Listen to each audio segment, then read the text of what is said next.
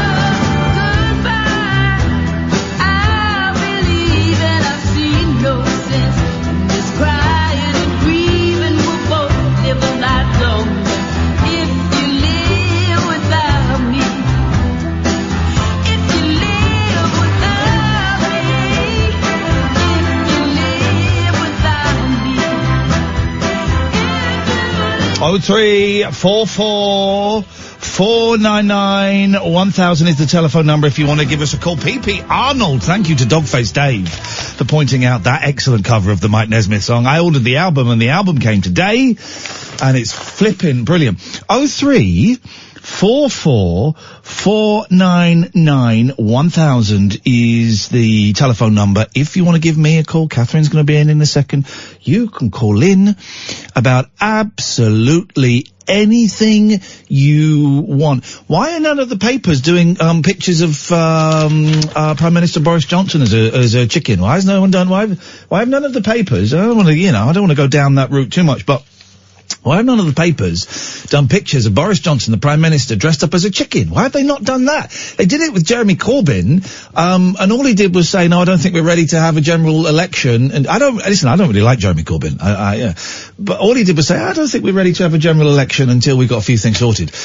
Boris Johnson was actually too chicken to go and stand behind a podium for 5 minutes with the president, the premier, whatever it may be, of Luxembourg. He was too scared to go and stand behind a thing with the leader of the guy in charge of Luxembourg. A country so small. Did you know this, Catherine? That apparently, the Luxembourgish, that's what they are called, because it's so small, I'm going to say president. It's probably a president, isn't it? You'll quite often see the president just like walking on the street, going into Tesco's and Marx's and stuff, and you just go up to him and go, hello, Mr. President, I thought you were great on telly last night. Hello, Mr. President, I think you're an idiot. Okay, thanks. That's what that guy, and Boris Johnson was scared. Jeez, what is this? I mean, Boris Johnson, let's say this. Let's just put it out there, shall we? Boris Johnson really is a snivelling shit, isn't he? He really is. I mean, he's just That guy has got the spine, the backbone of a blancmange. He's got to... We have had just the last run of prime ministers. I'm going to include Gordon Brown. Tony Blair, it's questionable. But we have had just the worst run of prime ministers ever. They're all scumbags. The fact that we're looking back... it's not going to be a political show, don't worry. I just kind of feel some of the, just trying to clear out some of the right-wing bollocks that James spouts in this studio. Just trying to waft that out of here by using actual common sense and instead of, jingoistic rhetoric designed to, give Tommy Robinson supporters tiny little boners. It's, the prime ministers we've had, the fact that we are looking back fondly on David Cameron. You know, David Cameron is being portrayed because he's got this silly book out. I effed a pig's head. Asterisk, did I? Because he's got that. Because sub brackets, and I left a kid in a pub, close brackets. And on the back it says explosive story of David Cameron and his wife smoking dope, Eton, or whatever. I don't know. They were talking about they get high.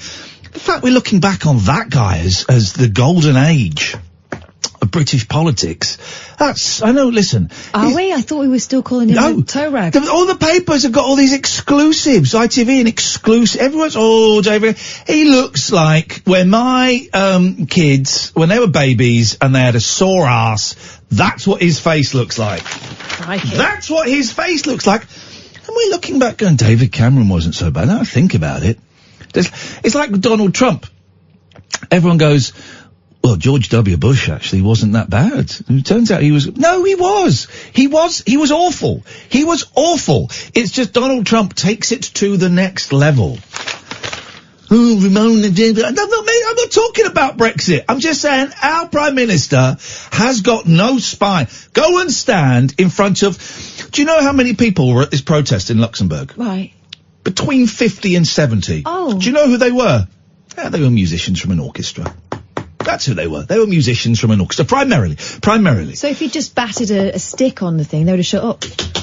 Could have got them doing it all together. You got to get a laugh, do a little conducting thing. They were about 70 maximum musicians from an orchestra. I'm not in any way dismissing musicians from orchestras. I'm not saying that they're soft and soppy. I'm not saying they're big girls' blouses. You're like just saying you they might were say. likely to throw bricks. I'm just saying, for God's sakes, man, go and stand there, let them shout their stuff. The reason he didn't, here's the thing, and we will move on to, is there a show worse than Rupert the Bear in a second? I promise you. 0344 499 1000. I promise you, we will move on to, is there a television show duller, not worse, duller. It's got to be boring than Rupert the Bear. You can start calling in now. 0344 499 1000. Here's the reason he didn't do that thing at the podiums. Not because of the protesters. Not because of the protesters at all. He's done stuff in front of protesters, in front of more, bigger and louder protesters. He just knew that he was going to lie. He knew that he was going to lie, and he knew that the president of Luxembourg had nothing to lose by calling him out as a liar. He lied, and he got called out as a liar. He just couldn't stand there and take it. That man is scum. Boris Johnson is a scumbag. It's embarrassing that he's our Prime Minister. Here's my prediction, though.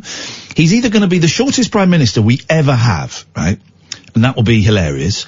Or he's going to be in for years and years and years. And I've said this before. Nigel Farage... Farty Farage will be his deputy prime minister. This is my prediction. I've said it before. What, the man who can't get elected? Yes, that's it. That's the guy. That's my prediction. Why do you hate Rupert the Bear so much, Catherine Boyle? You mentioned this to me earlier on. Too much writing in the annuals. I used to get the annuals all the time because my granddad used to work for the Daily Express. Oy. And Rupert used to appear in Express newspapers, if I remember rightly. And so every Christmas I'd get a Rupert the Bear annual. Too much writing, too busy. The pictures were too busy. Yeah, boring. Just boring adventures. The TV series was boring. The books were boring. Got some annuals, there's Rupert the Bear annuals. The fact that Paul McCartney just displayed an unhealthy interest in that bear was disappointing. The only good thing about him is unusually in a cartoon bear world, he wore trousers. They tend to go for tops mostly, bears, and have bare bums. Yeah. He did dress decently. Was Rupert the Bear racist? I see. There was a Chinese character. There we go. An opium smoker. I can't remember. I think he was stoned off his mash on the good stuff. I don't remember that. Maybe that would explain why there was a lot of writing. Yeah, just man alive. But I do remember that. Yeah, no, I don't know whether it was racist. I think was it? I don't know. So we have two great things to talk about. Can you name anybody with less of a spine than your current Prime Minister, Boris Johnson? Is his middle name Falafel? It's Falafel, isn't it? Pretty much. His middle name is Falafel. I've met Boris's dad, boring, and... Isn't it Kerfuffle? Something like that. I've met one of his brothers. Did I meet two of his brothers? Anyway, very, very nice. Very nice. But just absolutely spineless. I mean, by the way, I'm really hoping, I know the last few Brexit nights, big nights, we've been off. Oh, I'm hoping we get that October the 31st gig. I want to be on air on October the 31st and just sit here and soak up the vibe. I want to sit here and soak up the vibe. I'll bring the popcorn. Oh, it's going to be a humdinger. As will tonight's dear listener. 0344 499 1000 is the telephone number. We can talk about Boris Johnson if you want. I just feel I had to get that off my chest. I sit here and listen to some of the absolute guff that James Whale spouts, and then I hear the thick idiots that call in to lick his bum, and just you can hear the drool and spittle as the hello James, I'd like to agree with you. Absolute idiots. Well, and here's the thing, right? He was angry. James was angry about the Lib Dems saying if they get into power, they're going to revoke Article 50, right? I'm sorry, I know we don't do Brexit, but just this has really been on my mind today. If they get into power, they're going to revoke Article 50, right? And he's going, him and all of that lot, and you know who I mean by that lot. I mean the majority of talk radio listeners. 0344 499 1000 if you want a piece of this pie. Are saying, well, that's undemocratic. That's undemocratic, because we voted, leave means leave, Brexit means Brexit. And for the Lib Dems to say they're going to revoke Article 50, that's undemocratic. Well, let me tell you why you're thick. Because if the Lib Dems get a majority, that's democracy. That means people have voted them in because they like the policy of the cancelling, revoking Article 50. So that is democracy in action. But here's the other thing, you thickos. The Lib Dems aren't going to get in power. All they're doing is saying they're exercising their free speech, and they are saying something that you disagree with. They're not going to get in power. Of course they're not going to get in power. It would be insane to think that they might. But all they're doing is exercising their free speech that you, Robinson jackoffs, support so much, and you're getting upset by that. It's undemocratic. But haven't we been crying out for an alternative in politics? Wasn't that one of the clarion calls for voting, in favour of Brexit? Wasn't it supposed to be a shot in the arm for politics in this country? Because everything had got too close. It's anyway. Just guys, just thickos, just chill out. We're not putting up the whistle. We're not blowing the whistle tonight. We don't really do Brexit on this show. That may change as things go along, and the radio station changes. We may not be able to fly our hashtag We Don't Do Brexit flag quite as brazenly as we've been displaying it recently, but I'm cool with that. But we can do We Don't Do Brexit like anyone else. Exactly. And that's why I call Boris Johnson a shit stain, because he is. And all of you idiots going, well, the Lib Dems are undemocratic. No, they're not. It's the most democratic thing they can do is say, this is what we stand by, and we're prepared to be voted in or out on it. It's up to you. No, it's democracy. That's democracy. 03444991,000 is the telephone number if you want to give us a call. Is there a program? Is there a program duller than Rupert the Bear? You're right, Harrison. Bagpuss. Boring. 03444991,000. This is the Late Night Alternative, weeknights from 10 with Iain and Katherine on Talk Radio. The Late Night Alternative with Iain Lee on Talk Radio. So I'm into like VR at the moment. Christina, I'll come to you in a second.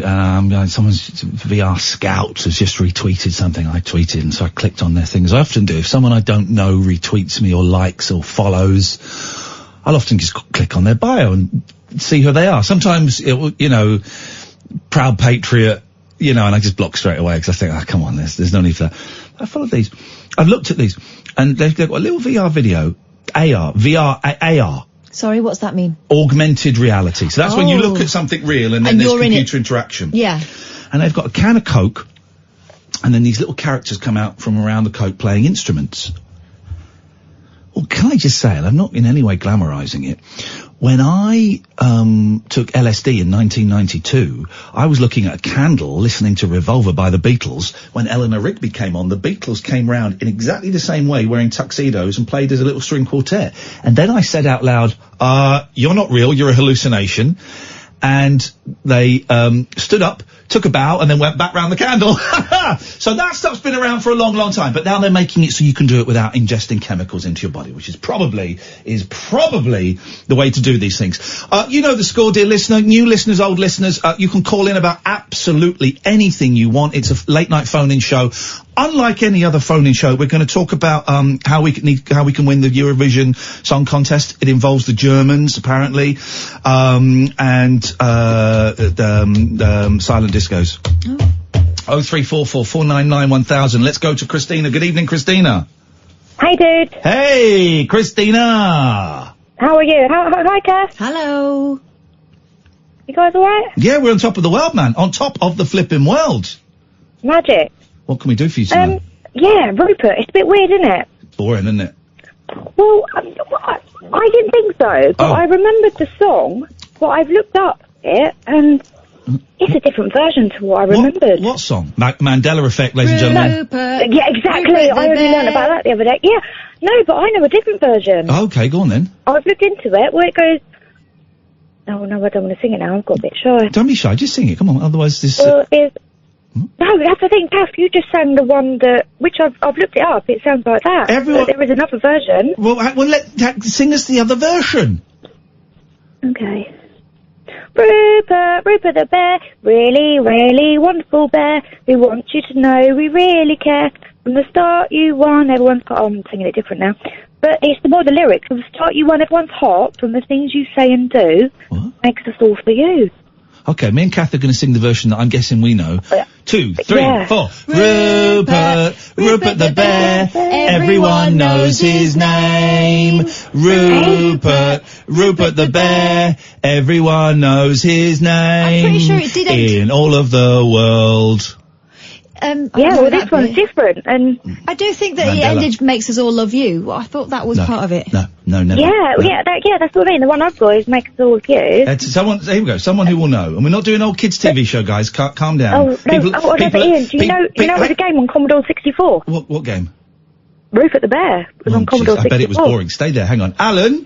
I'm good boy, you're on tonight, Ian. Could have called because I was late night alternative with Catherine Boyle. What? Well, I didn't get a word of that, mate. Otherwise, you're on tonight, Ian, because according to my paper, it was just Kath on her own. What paper? Oh. The Sun. Give me the the TV listings in the Sun. Shut up. I'm cutting that out. Get me the Sun. Alan, can you sing the Rupert the Bear song, please? Rupert the Bear. That's the only bit of Rupert I know. Rupert the Bear. Okay. But does that tie in with any of what you know, Christina?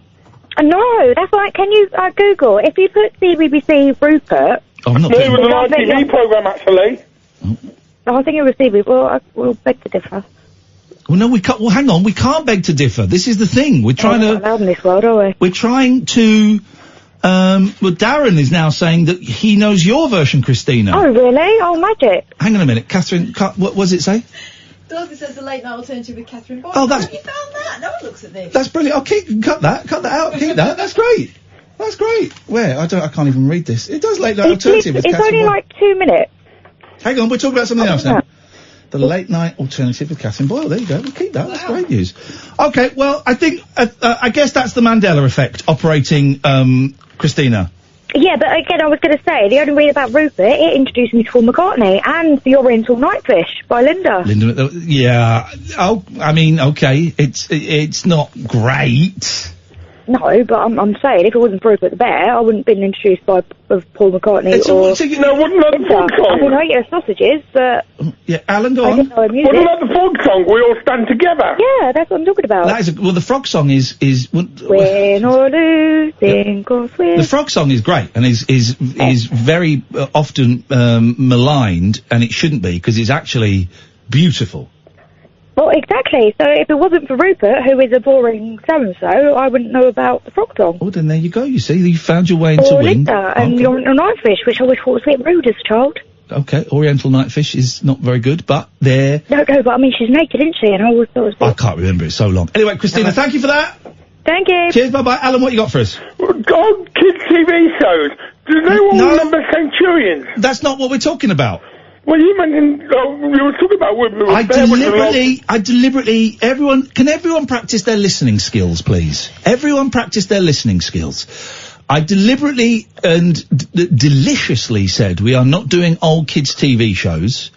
We are talking about shows that are duller than Rupert the Bear. Well, I got one for you. Oh, moving It's on. called Touch the Track. I don't remember that. 0344 499 1000. Let's go to Simon. Good evening, Simon. I'll just put you off speaker there. You're all right, how's it going? You fired out the bat signal for me there. Yeah. By mentioning silent disco. Yeah. 'Cause that is what I do. There you go. I am the silent disco man. What is it you'd like to know? Is there any specifics? No, there's nothing I'd like to know. There's a story about the silent disco in the Times today. Let me just... Yeah. Well, I don't read the newspapers, that'll be why. No, quaint cobbled streets and seaside holiday towns have become battlegrounds for an unlikely new antisocial menace, the silent disco. This is you, you scum! I'm really antisocial. That's why we do it. Specifically to annoy writers of the Times newspaper, actually. Residents say that the silent parties and tours, with revellers listening to songs on headphones and singing along... I didn't think you were meant to sing along. So annoying, people having fun, you know. I mean, why are people having fun and enjoying themselves? Well, hang on a minute. This is exactly the kind of talk I'd expect from someone in your industry. Yeah. He's peddling this stuff. He's peddling this filth. This is I am. I've been doing it pushing for 14 drugs. years. Okay, everyone needs to practice their listening skills tonight. Are anything but silent. People living in Edinburgh city centre said they are being increasingly besieged by tourists belting out the chorus of Mamma Mia. Oh dear. That's only for a month whilst the festival's on, and arguably there's more things being belted out in Edinburgh than someone singing, a couple of people singing Mamma Okay, Mia. all right. Well, there's more. Okay. Angus Duncan, there's a Scottish name, isn't there? Could you turn that off, please, Catherine? Thank you. Angus Duncan, a railway worker and resident, said, do I do the accent, Catherine? Well, not really, do you? So crack on. I'm from Scotland. It's like they think they're in Disneyland. I've seen people pushed into, it says incoming, he means incoming traffic by these groups. They're completely unaware of where they are. It's a nightmare. They're just completely inescapable. It doesn't make you blind, silent disco. I mean, people can see where they're going. Well, Pete says on Twitter, the silent disco guys were an absolute pain in the bum at the Fringe. Yeah, they're not our company, so they are actually. Well, hang on a minute. It's you can't make your company good, their company bad. Oh no, it can be. Okay, well, it can be, but it isn't. If they want to call up and defend themselves, I mean, I don't know. But what have you called up for? I heard Silent Disco, and I'm just sort of saying, hello, I'm Silent Disco Simon. I'm currently sorting 2,000 headphones out right now, and I'm tuned into you on DAB radio for the first time. I used to do it on my phone. There you go. I've gone old school. Explain the fun of a silent disco. Okay, well, it's just the added uniqueness. So you've got your headphones. So for example, let's say you've got 200 people in a room. Normally, that would be in a nightclub environment. Music's blaring through the speakers. Everyone's listening to the same thing. Boring. So you take the speaker element out of the room. You give everybody a pair of headphones. They've been cleaned. 3 channels on the headphones, so you could have one channel playing the Monkees and stuff like that for yourself. Surely they should all be playing. They should all be playing the same stuff. Otherwise, everyone's dancing out of time. Well, that's the whole point of it. So you've got three different things going. So, for example, you've got half the room singing and dancing along to ABBA or whatever. Half the room singing along to, like, the latest David Guetta track. And then the third lot of the group, you know, rocking out to a bit of AC/DC, all at the same time. No music actually coming through the speakers, so it's all through headphones. If you take your pair of headphones off your head, you're just looking around a room of people going mental. You know, I shouldn't have said that word, you know, going crazy. That's probably worse. Anyway, you know, having a good time, rocking out and dancing and going nuts to different musics, basically. I don't understand why. I always thought it was the same music. Did you not think that, Catherine? No, because you didn't. You thought it was different. Yeah, that's the point, isn't it? Yeah, Otherwise, that is the point. Hang on, Simon. Practice your listening skills.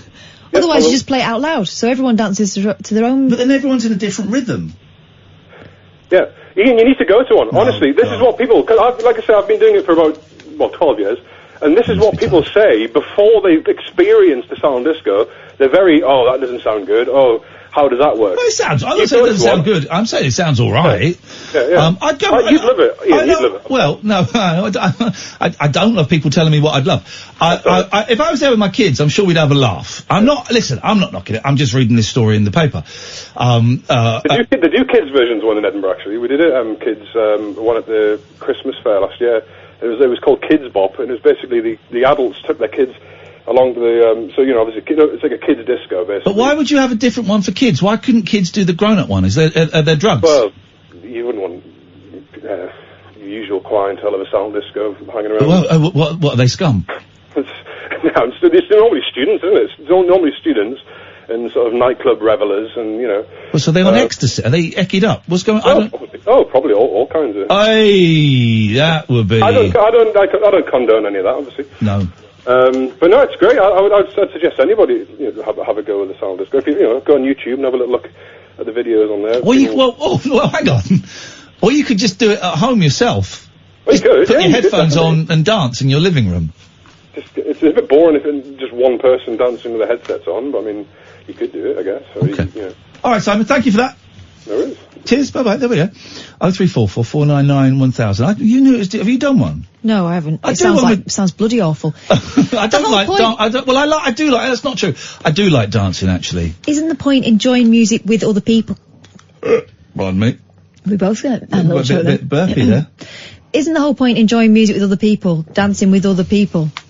It would get rid of the problem I have with hubbub, because I can't hear people talking if there's hubbub or noise. So I would be able to talk to people. It's like a gimmick, isn't it? I'm not having a go. I'm sure it's. I'm just reading this. Whoa! Don't shoot the messenger, guys. I'm just reading the story. 0344 499 1000. This is Talk Radio. Across the UK, online and on DAB. The Late Night Alternative with Iain Lee on Talk Radio.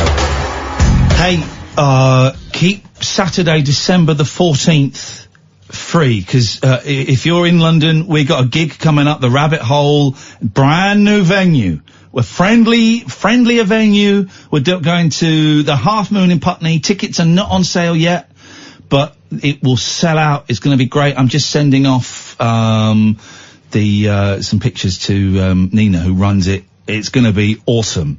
So Saturday, December the 14th, in London, the Half Moon in Putney, which is an awesome venue. And tickets, I'm hoping, might even be on sale at the end of this week. That's what I'm thinking. So, we look forward to seeing you all there in the new venue. It's a nice venue, the Half Moon in Putney. I'm sure I did a show there. I'm sure I did my first full Iain Lee versus radio there as a warm-up, as a tryout. I'm sure I did it there. Really nice venue.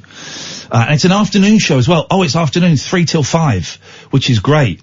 So it means you can go out for a meal afterwards, you can go home. It means you can do anything you want afterwards. We will not prescribe what it is you do. But it's a new venue, and we are looking forward very, very much to being part of that. Anyway, on with this. 0344 499 1000. The gathering, so the silent discos, by the way. If you've ever done one, do let us know. The gatherings began in the city as part of the annual Fringe Festival. Here we go. But locals have complained they now happen all year round, and the phenomenon is spreading. At this year's Brighton Fringe, groups reportedly entered shops, art galleries and other private buildings.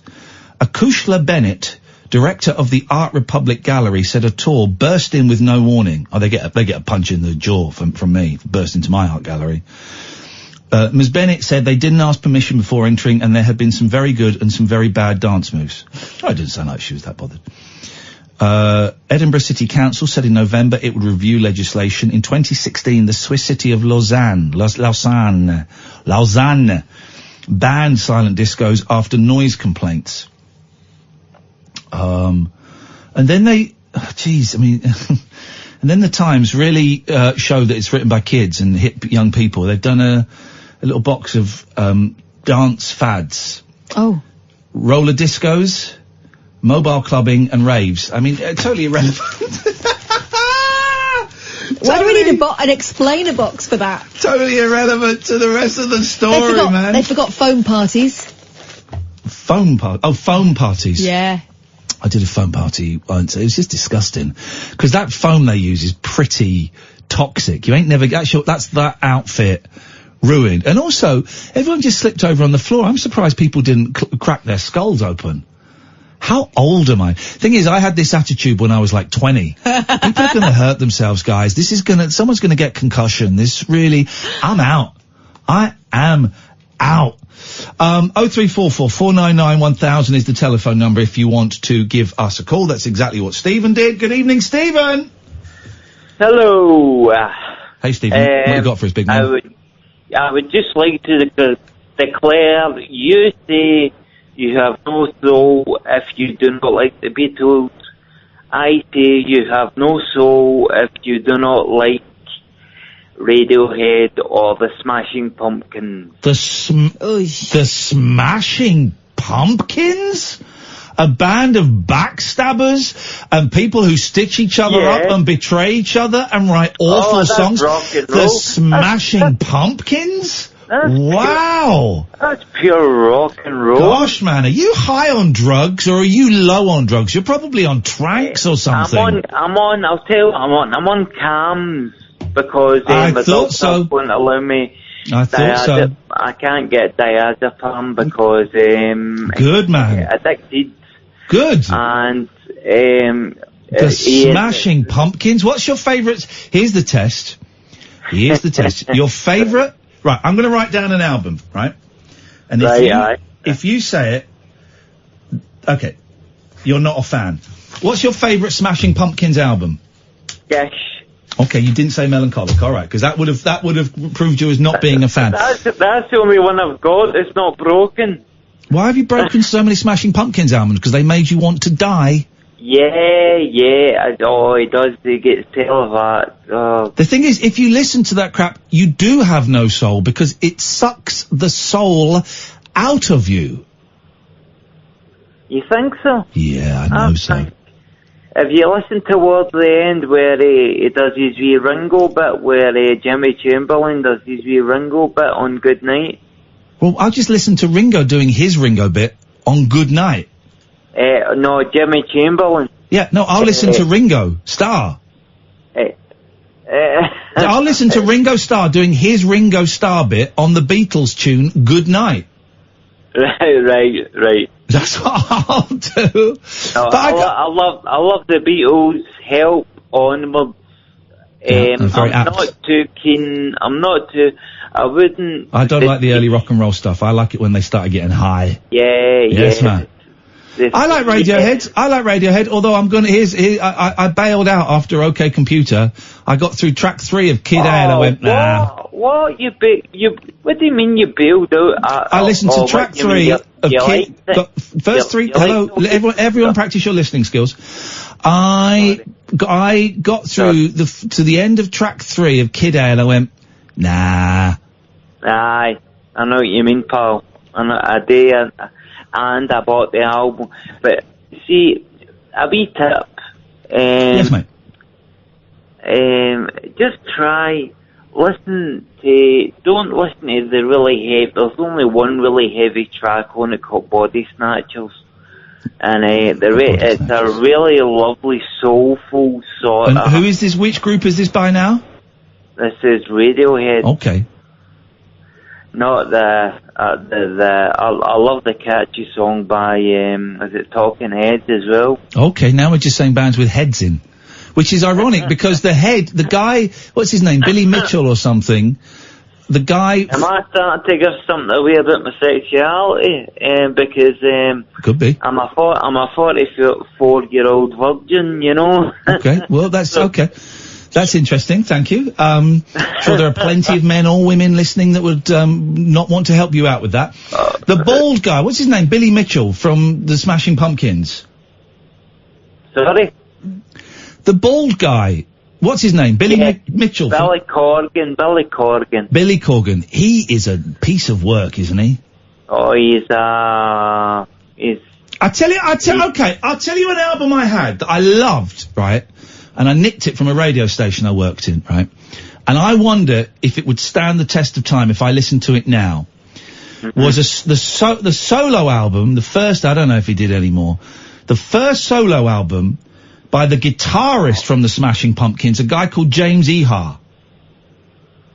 James Iha. He's in Smashing Pumpkins, the band you really like. With a band beginning with Z. He's in Smashing Pumpkins. He's literally in the Smashing Pumpkins. Oh. He is in the band, the Smashing Pumpkins that you were talking about. Yeah. Yeah. James, yeah. Oh, yeah. He's in the Smashing Pumpkins, the band you phoned in about. Yeah. We got it? And would that be the album after Melancholy? I don't know. It's got a yellow cover and it's really nice. Right. Okay, Steve. Thanks for your call, man. I enjoyed that. Really, really enjoyed that. My word. That's calms. 03444991000. This is Talk Radio. The wild man of late night radio. The Late Night Alternative with Iain Lee on Talk Radio. 03444991000. Well, Silent Discos, James Iha. I found the album. It's Let It Come Down. Can we just listen to a bit from it? Because I remember loving this and raving about this to everyone. I haven't heard this album for 20 years, 25 years. Here we go. It's a bit soft. So am I.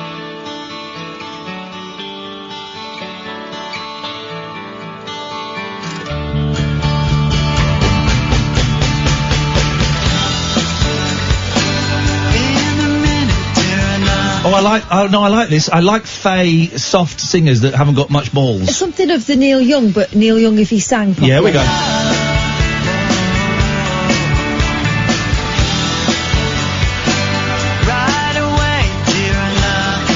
Sounds like someone else. Yeah.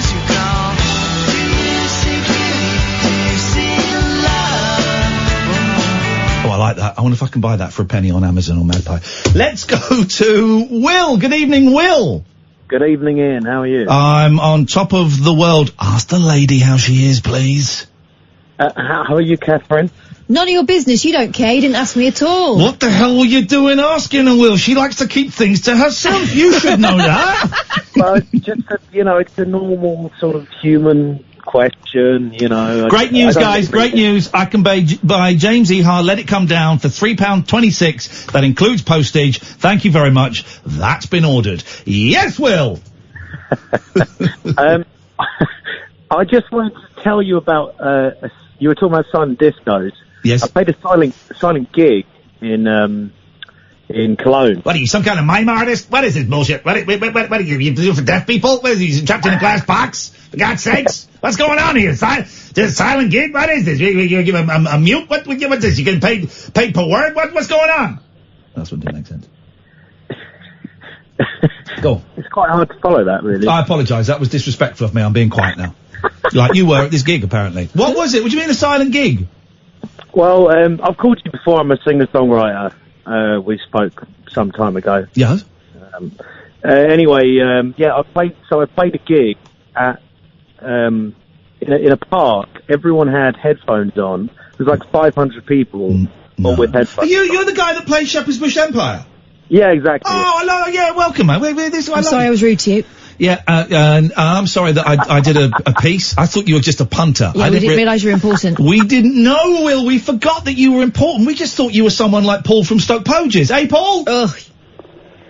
Good evening, Ian. There we go. We'll come back Thought you were never ringing us again. We'll discuss that in a bit. Will is talent. Will actually is very, very talented. Right. Sorry, disrespect. Start him again. Let's go to, Will's on the line. Good evening, Will. I believe you want to call us but we talked about silent discos. It says on my screen, you did a silent gig. You're a singer-songwriter. I remember you calling in before. Tell us about that. Please do, please. I just want to let you know that I'm incredibly important. Go on. What happened, man? Well, yeah, it was amazing. That was the point I was going to make. It was incredible. It was it was in a field near a river in Cologne, and 500 people with headphones on, and me playing just solo, and everyone was listening to the music sort of in the headphones. If they took it off, it was pretty much, they could probably hear me acoustically across the field. Yes. But yeah, it was incredible because everyone was completely in the show. There was no, as you call kind of hubbub, going on. It was amazing. But supposing now, is it good quality? Because in my head I've got like those audio tours. You know those. Why is it like a paddle that you have to hold up to your ear for the audio tours? I had one up the Empire State. I beg your pardon? And it was like, hey, bada boom, bada bing, have a look over there. That's where the Titanic should have arrived. What? Up on the Empire State? They were pointing to the dock where it should have arrived. You're suggesting that Will, a very talented artist, was doing it in a New York accent. No, but that's the one that I heard up the Empire State. It would have been weird if I heard Will. Here's the thing. Would have been lovely. Here's the thing. Would have been very lovely. I never do the audio tours anywhere. I don't care. You're missing out. No, I'm not. Because I'm not. Because what I'm getting is I'm getting the experience of hurrying my children up as quickly as I possibly can so that we can get out of there. Yeah. You're the one that took them to the Colosseum and went, yep, Colosseum. That'll be that then. And your point is? You could have learnt something. Yeah, I learned that when we go to the Colosseum, I get bored very quickly. They don't do ice creams in there. They don't do ice cream. And my kids would, instead of talking about the majesty of that actually quite crap old building, they just want to argue about how the Jaws theme goes. That was it. Get this, Will. We're in the Colosseum. My kids are arguing how the Jaws theme goes and whether Sharknado could actually happen or not. They both agreed it could.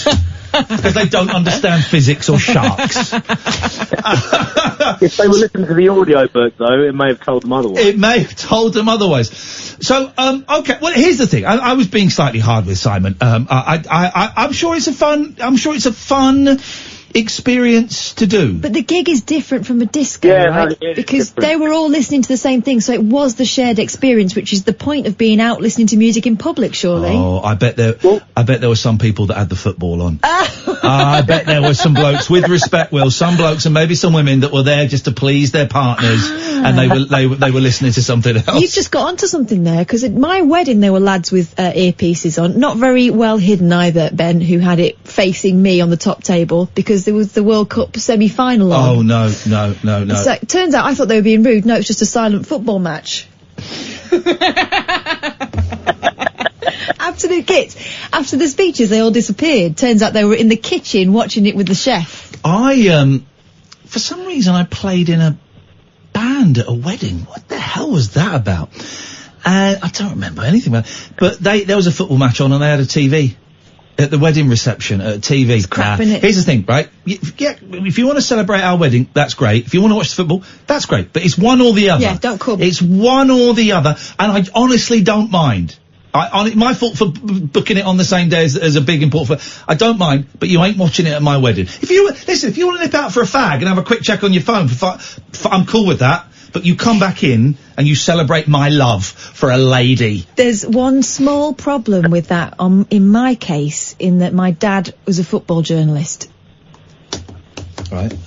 Kind of needed him there. Yeah. So did he Did he listen to the football? I think he might have sneaked off as well. Jesus, your dad is an arse. He didn't listen to the football. He went and watched it. He went. His daughter's wedding. He went and had a little look. Yeah. I've never understood why do you have to listen to it live? Yeah. Why? So people don't spoil it for you. Well, that's fine. It's like you tape EastEnders, you tape the football. Yeah, exactly.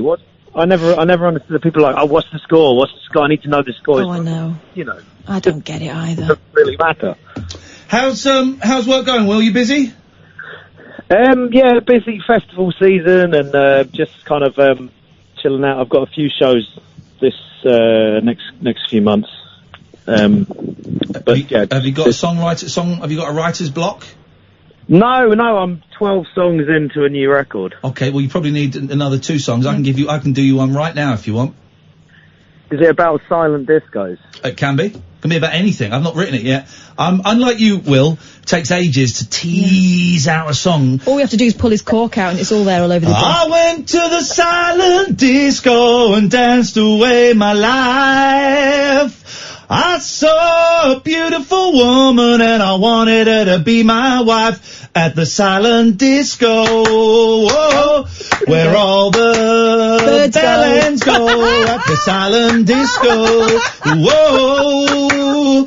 I was listening to Channel 1, she was listening to Channel 2. Somehow our dancing got caught up in sync and we made love, yeah. Sweet, sweet love with our headphones on. Blimey. There you go, you can have that, Will. I'll take it. No worries, brother. That's 13 I've got now. Nice to talk to you, mate. Thank you very much indeed. I'm happy to help. He's good, Will. I like Will a lot. I'm happy to help artists. I bet someone out there has done it with headphones on. You mean you haven't? No. Why would I? 'Cause they're boring. It does suggest you're not paying full attention. Okay, we can do this 'cause we're approaching 11 o'clock, right? Radio shows or TV shows you've had on in the background whilst having sex. I've made love to Nick Ferrari. Have you? Yep. I can't, with anyone I vaguely know in the background, I can't, it feels like they're there. Do you ever do it when the best of our show's playing? Only to myself. We can do that. Radio shows or TV shows you've had on in the background. Have you ever had, I've had this, where I was, making love to, a woman, I looked and she was watching the telly. Well, that's quite rude. That's disrespectful. I've never done that. It was a good film though. I think it was Die Hard 2. But I have fallen asleep. Okay. 0344 499 1000. Let's go to Paul in Stoke Poges. Good evening, Paul. Good evening, Ian. What can we do? I'm breaking the rules. Everyone needs to practice their listening skills tonight. Everyone, practice your listening skills tonight. What have you got for us tonight, Paul? Okay, I'd like to give some good news instead of bad news tonight. Okay, if it's a joke that you're doing, even though I don't live, practice your listening skills, practice your listening skills, practice your listening skills, practice your listening skills, practice your listening skills, practice your listening skills. If it's practice your listening skills, practice your listening skills, practice your listening skills. If it's a joke that you're doing, then even though I don't live anywhere near Stoke Poges now, I live miles away, I will drive to Stoke Poges and I will do a fresh dump through the letterbox of every house in Stoke Poges, so that I get, and I can do that because I've got an upset stomach at the moment, so that there is fecal matter left around your letterbox, and if you've got one of those cages that catches the post, it'll be in there and it'll drop through onto the carpet. What if he's got one of those furry moustache things? Well, then so be it. I'm not telling a joke at all. Paul, over to you. Over to me, yeah. Okay, how many flat white coffees have you had tonight, Ian? How many what? How many flat white coffees have you drunk tonight for starters? I don't know what that means. Slough-eyed coffee. Flat white. I haven't had a flat white coffee for about a year. Okay, right. Just wondering. What I have to say Are you being creepy about what Ian orders in Costa? Practice your listening skills. Practice your listening skills. Practice your listening skills. Practice your listening skills, Catherine. What was that? Was that a creepy thing about what he orders in Costa? What I have to say that is totally good news. Answer the question. Practice your listening skills, Paul. Okay. What was that? Do you know a woman swam yesterday? The channel. Coffee. What was the coffee reference? Paul, what was the coffee reference, please? Because Ian Lee used to drink in the same coffee shop as me. So it was a creepy Costa reference. Okay. All right. So a woman swam the English Channel, yeah. A woman yesterday swam the English Channel 4 times Well, in did a she forget row. something? It took her 54 hours. Should have got a ferry. And no, she swam it. Should have got a ferry. And it took her 54 hours. She must to be tired. non-stop. She must actually be tired. Yeah. And she's going through chemotherapy at the moment. At the same She time? suffers from cancer. At the same time? That was tricky. I think that's unfair on the doctor. So did he have to swim with her, or was he in the boat next to her? Come on, let's not make a joke about it. Yeah, we can make a joke about it. Okay, is that not marvellous? That's absolutely brilliant. Good for her. Congratulations to her. Yeah. Well, I hope she's raising some money for charity. Well, maybe she's not. Maybe she's not. What if she isn't? Would you hate her then? No, I wouldn't hate her, no. I think people should run the marathon but not get sponsored. Yeah, why not? Just for the sheer sake of it. S's and G's. I'm running practice your listening skills, practice your listening skills, practice your listening skills. Yeah, Kath, I'm running the London Marathon next year. Oh great, do you want me to sponsor you? No. You sure? I'll give you a few quid. No, I'm not being being sponsored. No, what you should do is, yes, I do want you to sponsor me. Who are you raising money for? No one. No one? Just doing it for a laugh. I'm going to go on Machu Picchu. Will you sponsor me? No. No, say Oh, will you sponsor me? No, you. Do you want me to sponsor you? Please, yeah. Go on then. How much? What, as much as you want to give? £100. Who are you doing it for? Me. What? Good place, isn't it? That's what I think. That's what I think, Paul, should happen. Okay, right. Thanks very much for your call. Jesus Christ, this is Talk Radio. The Late Night Alternative with Iain Lee on Talk Radio. We have ways of making you talk.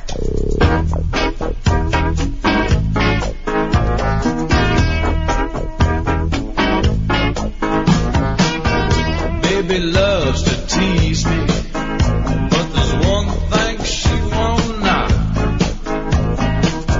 Is when we're near my radio, when we're rolling in my rock. So what I'll do is go out and buy her brand new favorite song. Yes, and while the town is sleeping, we'll make love with the headphones on. You know I also like to lend my ear unto a song. I can dwell upon the melody and all turns right, that's wrong. And so I'm going to wait till baby wants a little sing along.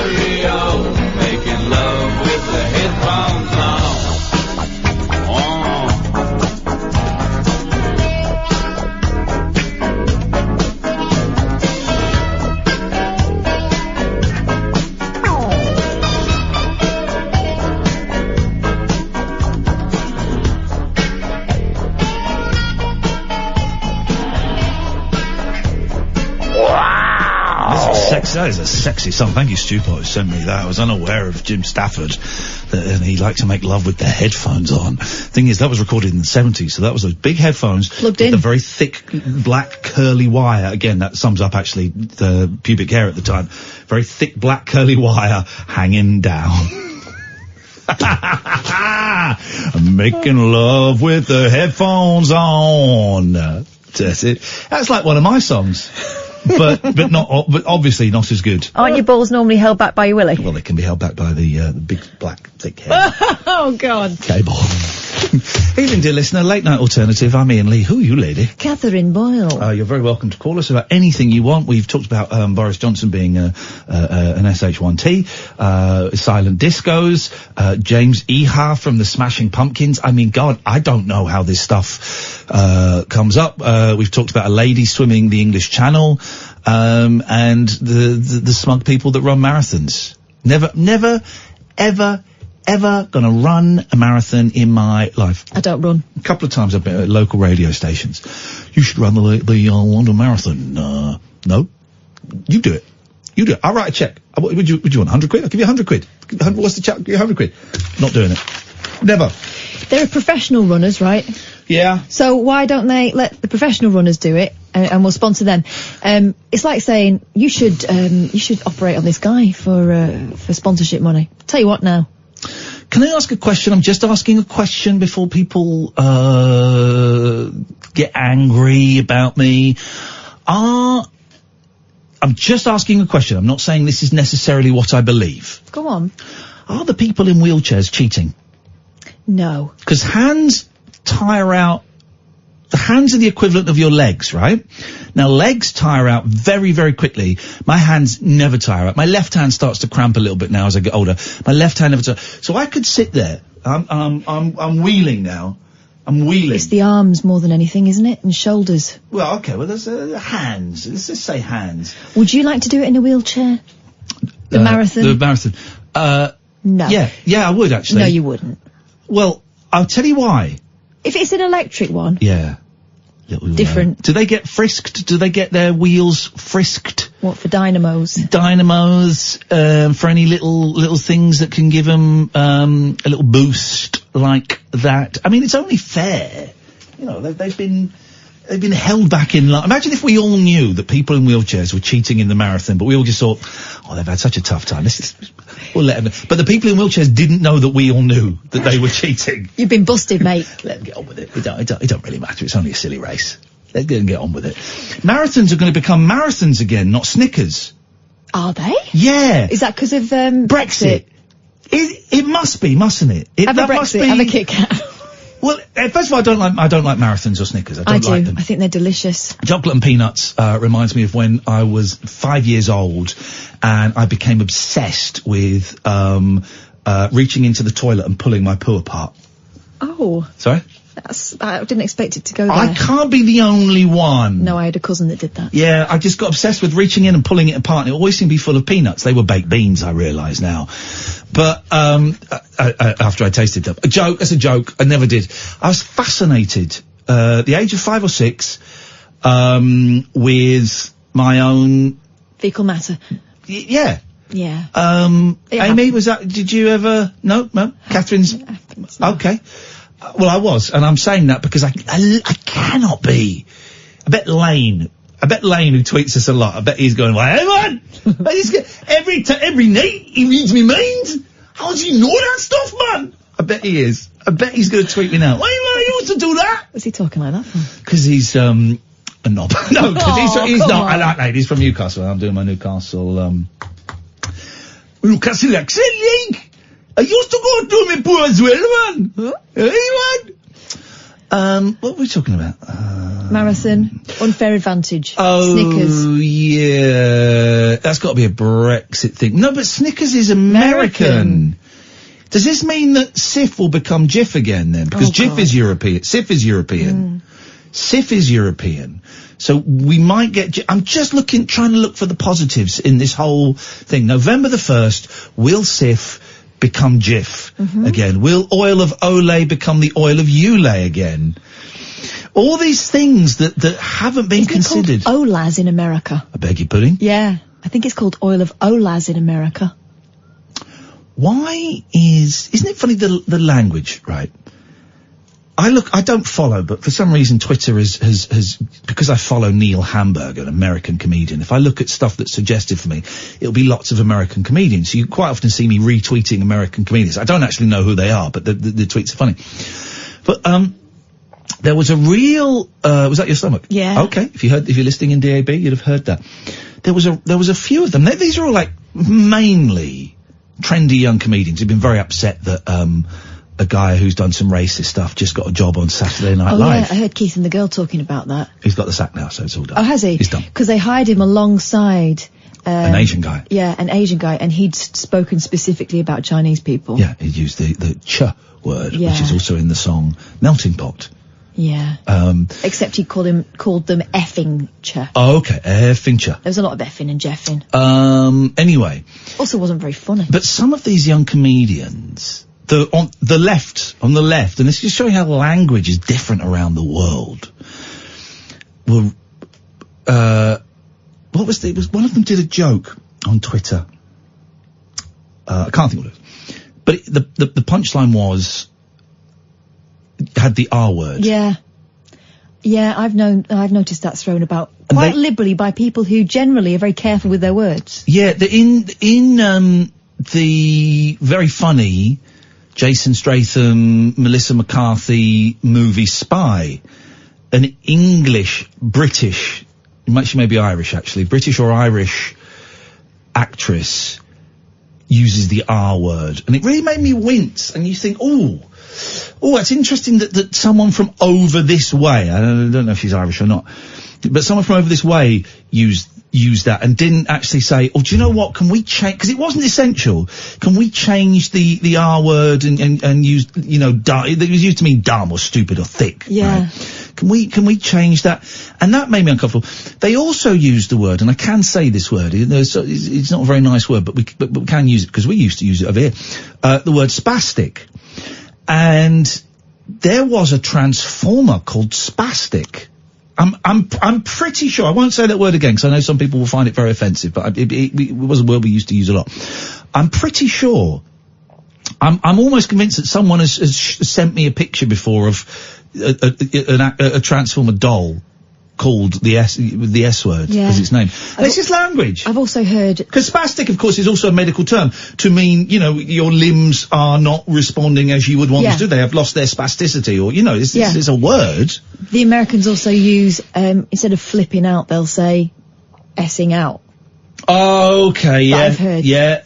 And they tend to be the ones that kind of lead that change in language, don't they? Yeah. I'd never heard people of colour until I heard an American say it, and then it kind of, a couple of years later, it came here. I remember discussing calling people black with Keith from Keith and the Girl. Yeah, Keith and Kendra kind of bulked, didn't they? Yeah, they did. I mentioned black cab drivers, and they said, well, you can't call them that. I said, oh, no, we have black cabs and we call them black cab drivers, but we also still call people of colour black people. Yeah. And they really were like, whoa, you can't say that. I said, well, but I won't say it again because I don't want to offend you, but we do in our country, and it's not, people of colour don't see it as offensive. We're shifting away from that, which is probably, it's fine.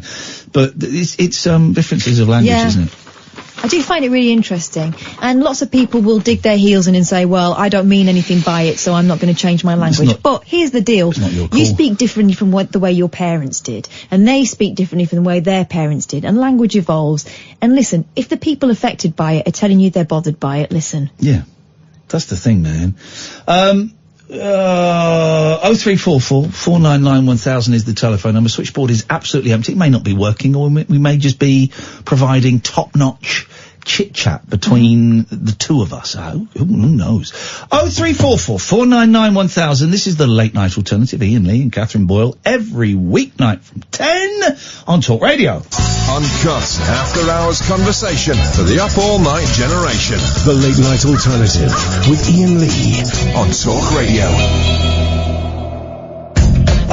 0344 499 1000 is the telephone number if you want to give us a call. Nelly, stay there. Stephen, stay there. Katherine, what have you got for Us. Well, worth it just for the surname alone. Okay. Patty Baumgartner. Why? We know she's called Baumgartner. Thank you. There we go. Let's pronounce them correctly. Wanted cars in her neighbourhood to slow down. So she staked out on the side of the road with, guess what? A hairdryer. Yes. Of course she did. That looked like a radar gun to deter speeders. There are a lot of people that are complaining they can't walk or ride their bikes. I wouldn't even attempt riding a bike around, Baumgartner told K-Pax about the situation in her neighbourhood.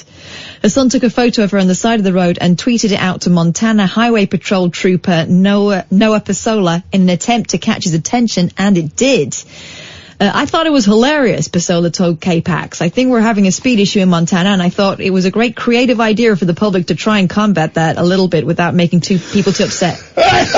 They've given her a special title, making her an honorary trooper. Oh, God, help me! Sorry. She gets a hat and a badge. I told you, the Ali G lot, certainly Sasha, I think he was doing it as Ali G, I could be wrong. But the cameraman and the sound guy, cameraman was a guy called Jade. I did a lot of filming with him on the 11 o'clock show. The sound guy was a guy called, can't remember his name, but I used to buy gear off him. Anyway, and they were doing a thing where I don't think it was Princess Diana's funeral procession. No, it couldn't have been. It was the Queen Mother's funeral procession.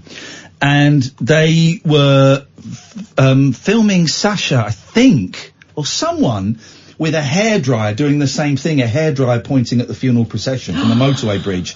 So it was a speed camera.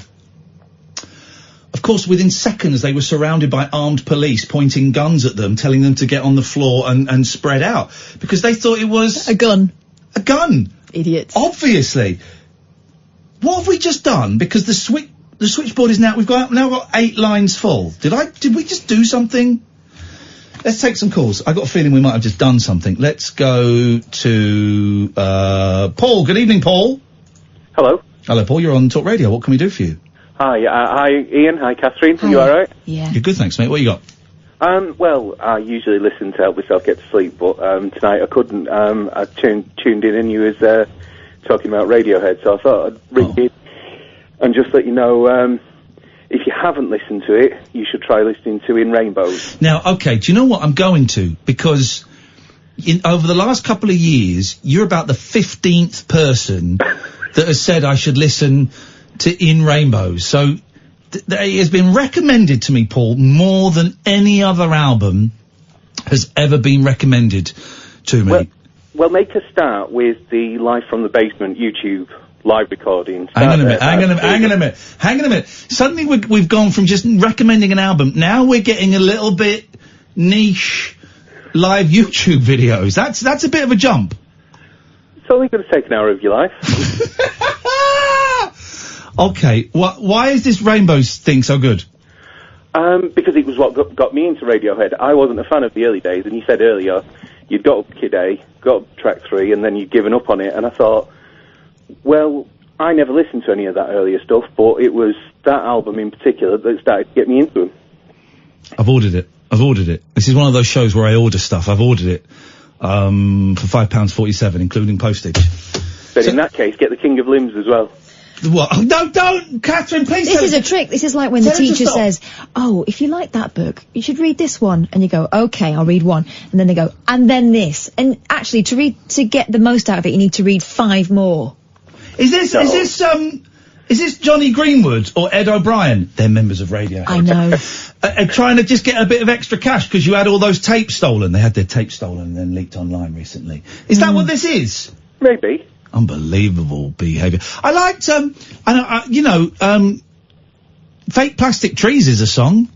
Yes. That's a great song, isn't it? Lovely song, one of their earlier ones. But are we allowed to say that we like that? Because I bet they disregard that as MTV, financed crap, man. Oh, I don't know. I never bothered paying any attention to any of that stuff that's going on in the media. I just listen to the music and that's it. Fake plastic trees. I know. I've just gone off it. Oh, Paul, how rude. So, what can we do? So you normally fall asleep to this, which is the greatest honour you can say to a late night radio show. It really, really is. But we have failed you tonight, Paul. We have let you down because you are awake. Not only are you awake, you're awake and you're actually feeling you have to pick up the phone. We've let you down. Do you know there's been a number of times that I've thought of picking up the phone? And then you fell asleep. Yeah. Okay. Well, what can we do? Hang on a minute. I got it. Kath will, stay with this, Paul. We haven't discussed this. We haven't rehearsed this, right? We might have to discuss this. What's the song they sing in Three Men and a Baby? Good night, sweetheart. Well, it's time to go. No, Paul, I'm doing that bit, mate. You're supposed to be going to sleep. Close your eyes and close your mouth. Close your eyes. That's what I say to my kids. I'm downstairs in the kitchen now. My missus is asleep upstairs. In fact, I probably woke her up because the radio's on upstairs. Oh, you idiot. Oh, man. Ba-ba-ba-doo-bow. Good night, sweetheart. Well, it's time to go. Ba-ba-ba-doo-bow. Good night, sweetheart. Well, it's time to go. Ba-ba-ba-doo-bow. I hate to leave you, but I really must say good night, sweetheart. Good night. Shh. Is Paul asleep? Paul, are you asleep? It worked. Let's let him go. It worked. We sent Paul to sleep. Let's get rid of him. Right. Now let's crack the wine open. Here we go. Evening, Daniel. Hello, mate. You alright? I'm very, very well. I like Paul, and we got him. We're happy to sing lullabies if anybody wants to get to sleep. We'll get you all off. Yeah, my mum's lullaby to me was American Pie by Don McLean. Oh, wife beater. Is it the wife beater? Hey, here's the thing, right? So, yeah. Don McLean, the famous wife beater, was... Oh, come on. I didn't mean it by that. That's just the song I was... No, I'm just saying, that's what it is. But my friend Glenn... Yeah. ...sent me an email, right? Glenn Medeiros. No, Glenn sent me an email of pictures of Don McLean with his new girlfriend. Now, Don McLean is 75. Oh, no. His new girlfriend is 25, right? Dirty. Find a picture of her. Oh, find a picture of her, Catherine. Because I'm going to tell you something. Yeah. Well, it won't blow your mind. But... It probably wouldn't. All I was... Yeah, go on. Right, so... She's an attractive lady, right? Oh, she's a little girl. Yeah. I know her. Now, when I say I know her, Glenn, who I run the record company with, she's like a Monkees fan, right? And he paid her to pose. It may have been topless. I didn't approve of it. I certainly did not approve of it. This was not what I thought was appropriate. But to pose with one of our records, like a year or so ago, did not approve of it. Now she's going out with, American Pie. He's having a bit, I don't know if she's American, but he's tucking into her American Pie. And he's supplying the custard. Oh, God! Daniel! That is something else, isn't it? Isn't it, mate? It's more like icing sugar. I buy this American Pie. Sing it, Daniel! My mum used to sing that to me. You started me on that.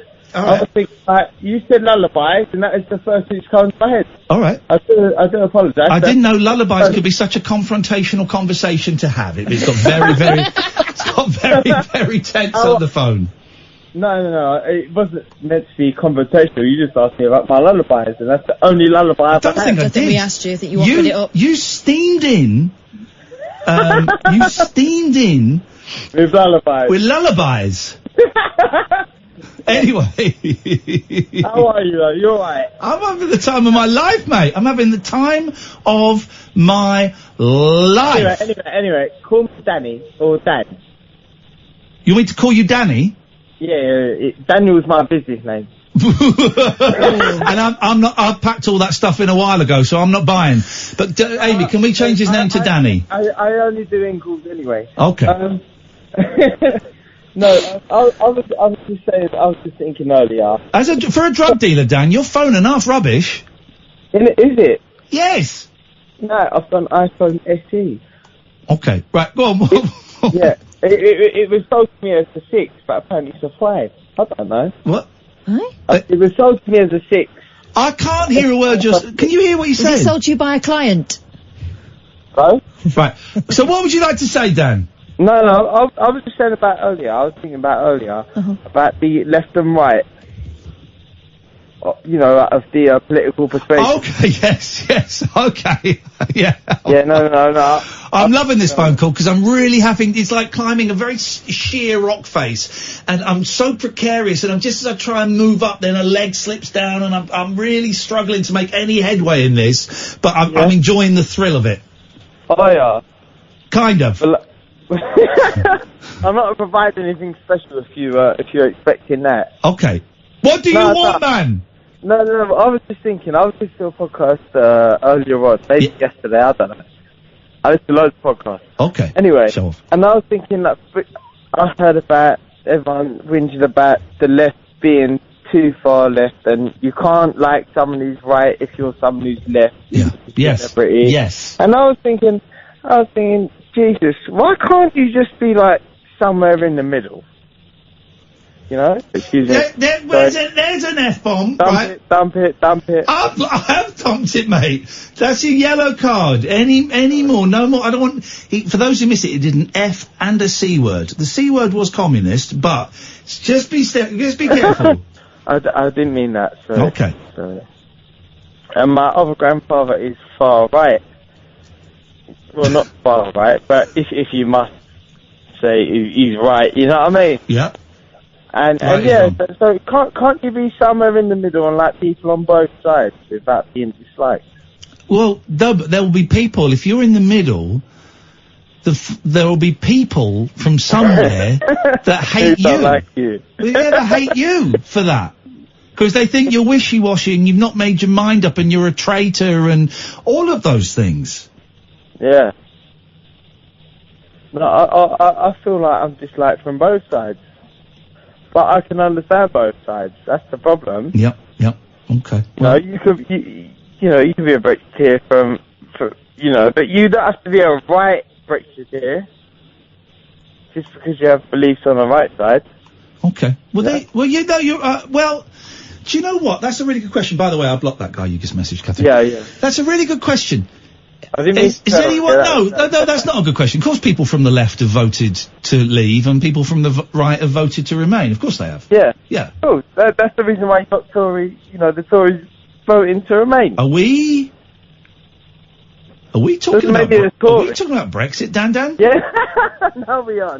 Dan, you snuck in a little Brex. I don't mean to say that, but, as I say, that's like my nan voted for Maggie, and then she's saying, that she'd rather remain. Okay. Danny, nice to talk to you, mate. I look forward to our next call. All right, bye. I like that a lot. I blocked that guy. Not Danny, a guy on Twitter. Gosh, so many calls. Let's try this one. Let's go to Jules. Hello, Jules.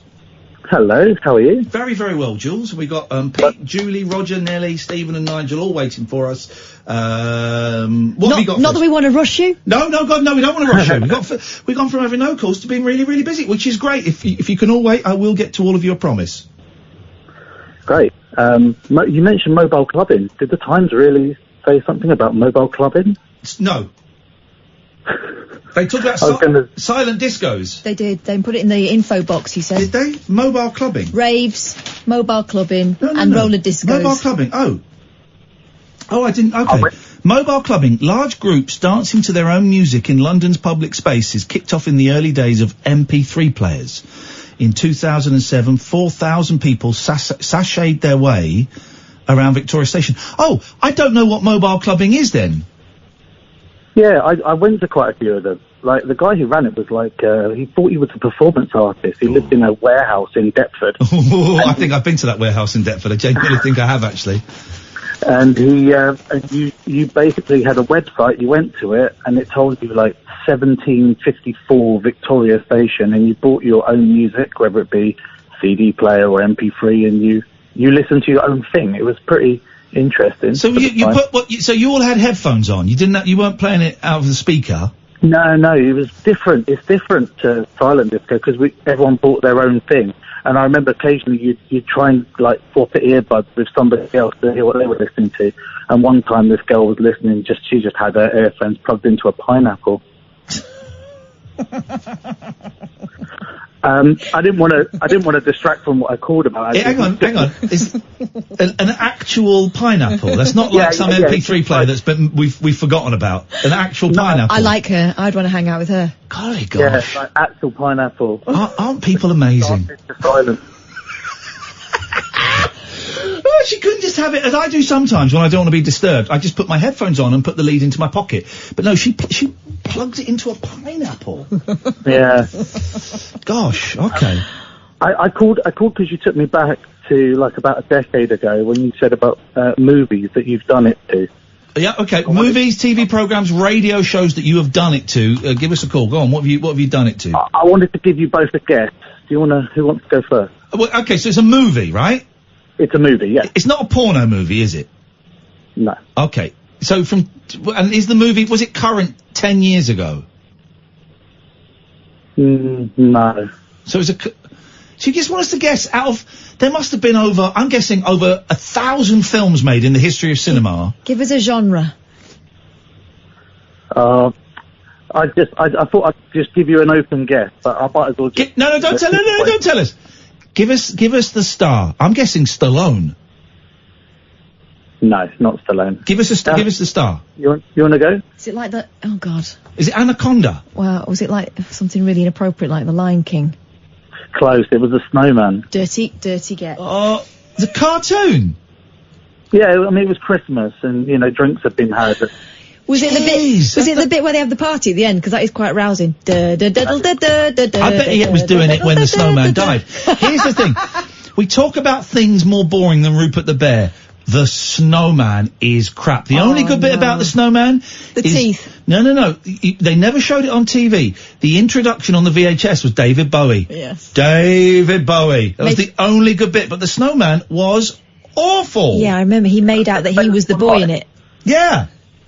Oh, I'm going to have to check that out. Yeah, it was. And you did it to the snowman.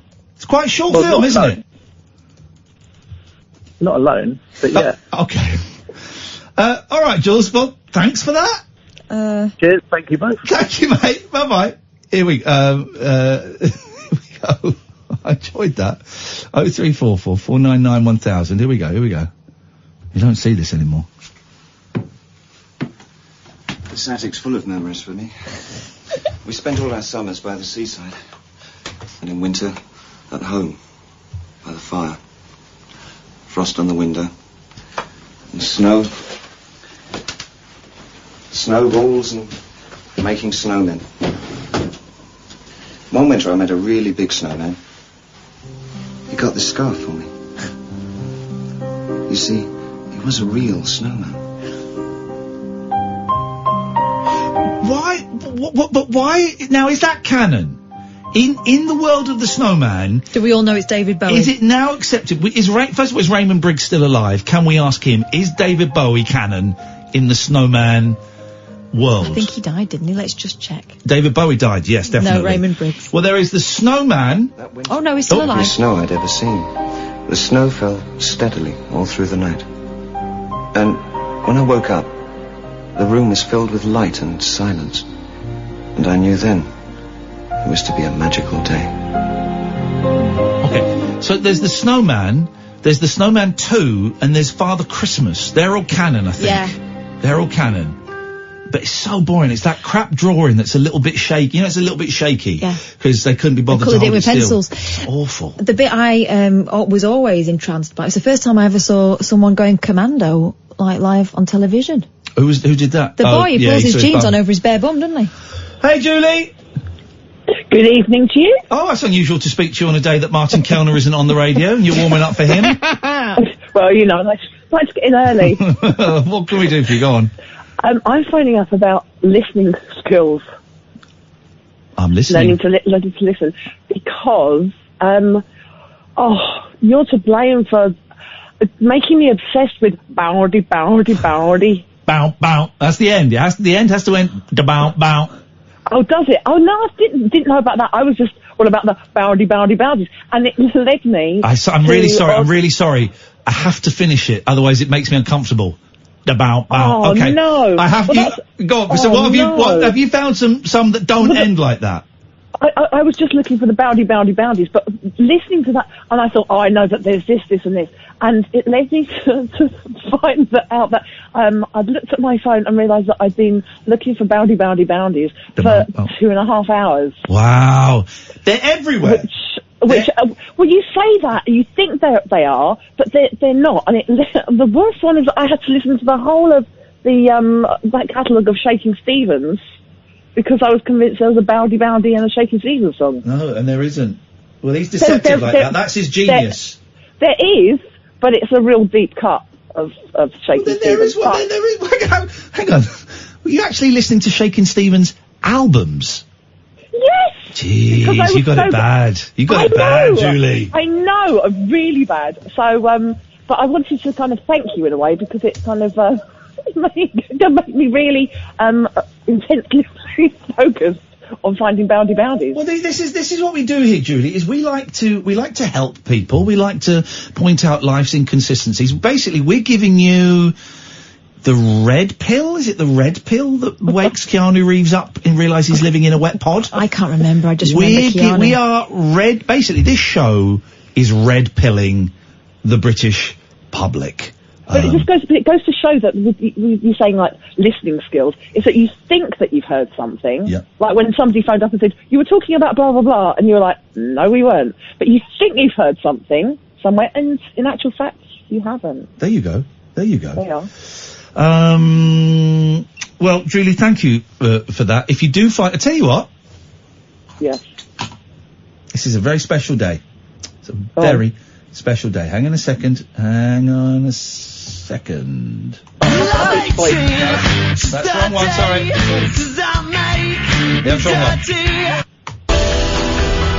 one. We have a bound correspondent. It's Julie. Yes. It's Julie. You're a new correspondent. You're the boundy. Brackets. The bound. Close brackets. Unfortunately, it means that you cannot stop. Yeah, you're in now. We've got you hooked. We're giving you the good stuff, baby. Now you're hooked. I appreciate it. I look forward to your first update, Julie. Thank you. Okay. Bye-bye. There we go. A new correspondent. It really is a day to celebrate. We'll go to Nigel next. Then we got Pete and Roger and Nellie and Stephen. I'm looking forward to that. 0344 499 1000. This, dear listener, is Talk Radio. The Late Night Alternative with Iain Lee. On air and off the leash. On Talk Radio. He does one day a month, and it turns up when it feels like it. I had a blah, but just turned out fine. Good evening, Nigel. Why no one else can understand me? Whoa. When everything I do is wrong. Whoa. Give me love and constipation. I hate people that sing songs. Did you say you give me love and constipation? Probably. I hate people that sing songs and don't hold the beat for the instrumental bit. So they just sing over the so there's no the rhythm. It doesn't have the rhythm in my head in. Do you mind not talking over my singing? I do apologise. I've got to practice my listening skills. He's right. And it made me laugh anyway. No. Well, you do keep butting in. All right, point, How's mate. you doing then? Sorry? How's you doing? How's you doing? I'm sitting in Mum's chair, by the way. Ooh. Yeah, first time I've sat in it for 2 years. Hey, there you go. How does it feel? Nice and comfortable. I feel like sat on her lap? Took her place, really, I there you suppose. go. It's good. I can understand why... Mum's the word. I thought Greece was the word. I thought Greece was the word. Mum's the word. Does it... I had that video on earlier of Crazy Horse, because he sent me a video of the songs he wrote, you know, the Michael Jackson one. Oh, yeah. And there's a lot of things that he put words to this morning song that you was on this morning. Well, you was on Breakfast TV. This morning song, he made the words up for that, he sang it on TV on there. Oh. Was it Holly and Phil, and Phil? They're telling dirty jokes, aren't they? They're pretending that they're hungover because of the TV awards when really they didn't have that much to drink. It's just an act. Yeah, very good attempt, but they're not the words he wrote. Nigel's in fiery form. You need to sit in your mum's chair more often, Catherine. burn. Practice your listening skills, Nigel. Practice your listening skills. You need practice your listening skills. Practice your listening skills. Excuse me, Practice your listening skills. Practice your listening skills. You need to sit in mum's chair more often. It makes you spunky. I heard the first bit, and I wish I hadn't heard the second. My new girlfriend. Sorry? Oh, God. I want to talk about my new lady friend. Okie dokie. I've been seeing for 2 or 3 weeks now. This is where it gets a little bit That's why I uncomfortable. haven't rung the show so much, because I've been going to see her and getting tired quicker. Of course you have. I'm the same. When I get a new girlfriend, I get tired Mum's very the word. quickly. Stop saying mum's the word when you're talking about sex. Is he? Isn't he? Cycling, isn't he? Oh, okay. Anyway, same thing, isn't it? So, Yes. she's 62. She's 62. This is Same age as appropriate. me. Yeah. And she had a boyfriend called Nigel, but he died in a car crash, and I've took his place. You're a pervert. So, I hope I don't go next. Well, just make sure you check the brake. You don't drive a car, do you? Check the brakes on your bike every time you cycle home. On the bike. The Black Widow. On the bike. Anyway, so I've been seeing her, and I go in her place about half an hour a day. What does that I've been mean? going every day. When you say you go in her place, what do you mean? Oh, what a time to lose you. Yep. Uh-huh. His phone's self-censoring. So anyway, she said I can stay the night. We pushed 2 beds together, 2 single beds together, and there's a television on the wall. Did you go down the crack? Television. I'm not. I'm not. So, and she wants to come in my place too. Oh gosh. So, you've come in her place and now she wants to come in your place? Yeah, we're going to go in each other's places. Okay. Okay, well that's great. That's great. That's There's a catchphrase there somewhere. That's beautiful. I'm really pleased for you both. Yeah. Oh. Go and get a signal in Mum's chair, it would appear. Mm. Nope. You know, and she can't believe that she found another Nigel. That is remarkable. Strange, isn't it? She wasn't in love with another Nigel, and now she's in love with me. Nigel, we're losing you a little bit. You want me to do it for you, rub it in? That's a recording of him with his girlfriend. Good day, Ian. Sorry? Hello? Hello? 1, 2. 3, 4. 3, 4. Anyway, would you like me to sing that song by that Michael Jackson song? I would love you to sing the Michael Jackson song, and we're all going to think of your 62-year-old lady friend coming in yours. Yeah, well, she's coming. She's got to get a lift first, which is going to be cheaper than the bus or a taxi. Can you not give her a baccy? Well, it's not room on my push bike. Make sure you wear a Johnny. You don't want to get him pregnant. Oh, I see what you mean. Yeah. No, she can't at that age, can you? I don't think. Oh, I know. I've seen some things. Yeah. Naughty Nigel. Naughty Nigel with Nicky Noo. I can't wait till she comes in my place. Yeah. What was it like coming in? No. Well, I'm looking forward to it. Yeah, well, good. Let's hear the Michael Jackson tribute. Here we go then. We can't forget the man with 1,000 songs. We can't forget the man who made us smile. And in the light of day, you can hear his voice say, looking back to the youth of yesterday. Look inside the man with a heart of gold. He thinks like a child, that's what I'm told. The greatest entertainer in the world, I'll say. Looking back to the youth of yesterday. Michael, oh Michael, there will never be no one like you. Michael, we won't forget you, 'cause all the world are thinking of you. Respect is what you got, now you're gone. But now I know life goes on and on. There'll always be a day I can hear your song say, looking back to the youth of yesterday. Michael, oh Michael, there'll never be no one like you. Michael, oh Michael, we all love you too. Nigel, it's really nice to hear you sounding so happy, mate. Thanks for the call. Thank you very much. Take care, fella. There we go. There we go. That's a lovely call. She can't believe she's got another Nigel. Let's try Pete. Hello, Pete. Hi, good evening, Kath. Good evening, Ian. Good evening, Pete. It's nice to listen to you this late at night. I have a worse TV programme than Rupert. Is this Alistair doing a funny voice? No, this is Pete in Surrey. Pete, you sound like Alistair doing a funny voice. No, we did last week at the Stephen Page concert at the Union Chapel. Oh, remind me who you were, because I spoke to a few people. Tall guy, blue eyes, music journalist. Oh, I remember you, Pete. How are you? That was great, that gig at the Union Chapel. Except. It was beautiful. You need to get. Sorry, mate. You need to get him as guest at Half Moon. Sorry. You need to get Stephen to guest with you. Hey, mate, wouldn't that be something else? But it was a great, that gig. But except the acoustics were such that when he was talking, you couldn't hear. It was reverberating everywhere, so it was really hard to hear him when he was talking. But man alive, I love Stephen Page so much. Yeah, if he's in the country when we're at the Half Moon, he's coming down whether he likes it or not. We'll chuck him in the back of the car. The afternoon gigs there are very, very good because the vibe is very relaxed. Yeah.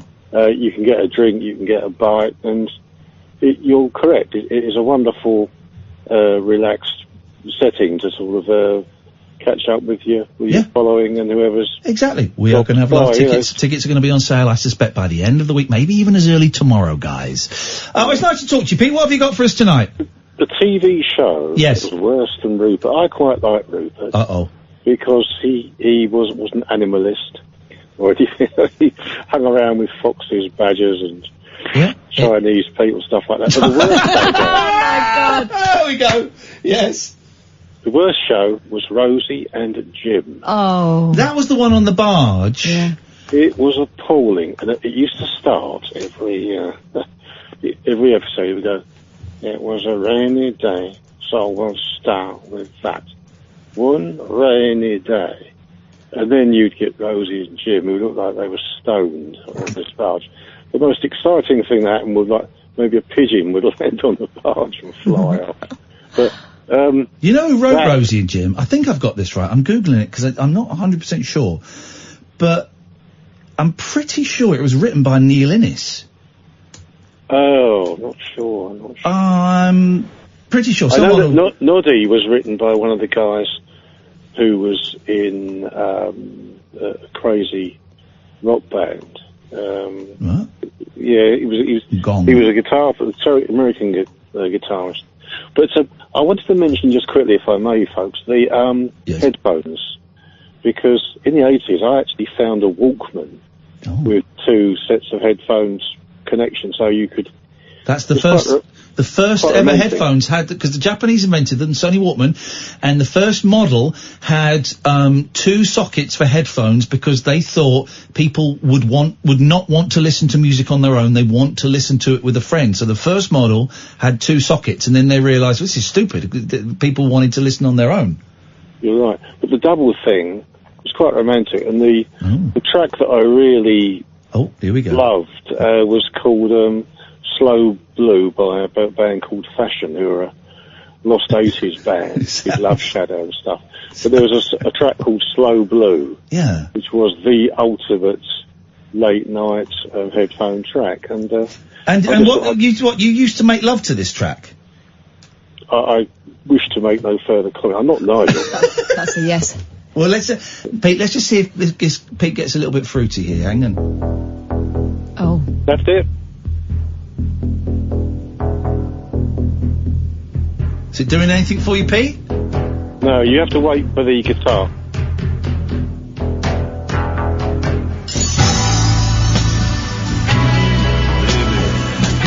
Gonna make sweet love to you. My name is Pete, and I'm gonna do ya. This is. Excuse me, sir. I believe you ordered an extra pillow. Excuse me, sir. A 62-year-old lady wants to come in your house. Not Kath. Kath has brushed that one aside. Well played, well played. Well, I don't know this, but I prefer stuff a little bit faster. We don't need to know about that. No, you don't actually. But but, you know, in the middle of the night, beautiful track. And I just thought I'd nice one. Contribute that to your pointless panoply of knowledge. Pointless phoning that we're doing, Pete. Thank you very much. I really appreciate that, and it was nice to meet you at the Stephen Page gig. It's a very sensual track. Let's Nelly and Roger. I'm going to come to you in the next hour. But Stephen, haven't you been on? Yeah. Sorry.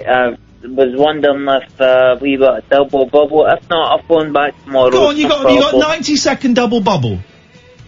Right. Well, I dug a little hole for myself with calf, and I. What are you going to do with it? Oh God. I know I did, and I made it even worse. And I would just like to take back the words, and I can remember. They're still going through my head. I think you have a really nice voice. That just sounded to me so creepy and. Nice lad. Don't worry about it. I'm hoping to make some money with this nice voice once I get the sack. I'll be on 0898 69 69 69. That's very kind of you, Stephen. You're a good man, but I suspect Catherine didn't. I suspect she didn't think any less of you. So it was a nice thing to say, and calling back to because you thought you'd done something wrong and made someone unhappy to apologise proves you're a nice guy, Stephen. Hey, Stephen. Hey, Stephen. Good night. You know what? I'm sure I heard at one point you bolting in the background. No, you may, well, maybe, but it's all a bit of fun. You're a good man, Stephen. We appreciate your call back, mate. Right, can I phone back tomorrow? You can certainly phone back tomorrow, and you can sleep easy tonight. We've got Nelly, we've got Roger coming up after midnight. We could have you, dear listener. 0344 499 1000. This is Talk Radio. The Late Night Alternative with Iain Lee on Talk Radio. We have ways of making you talk.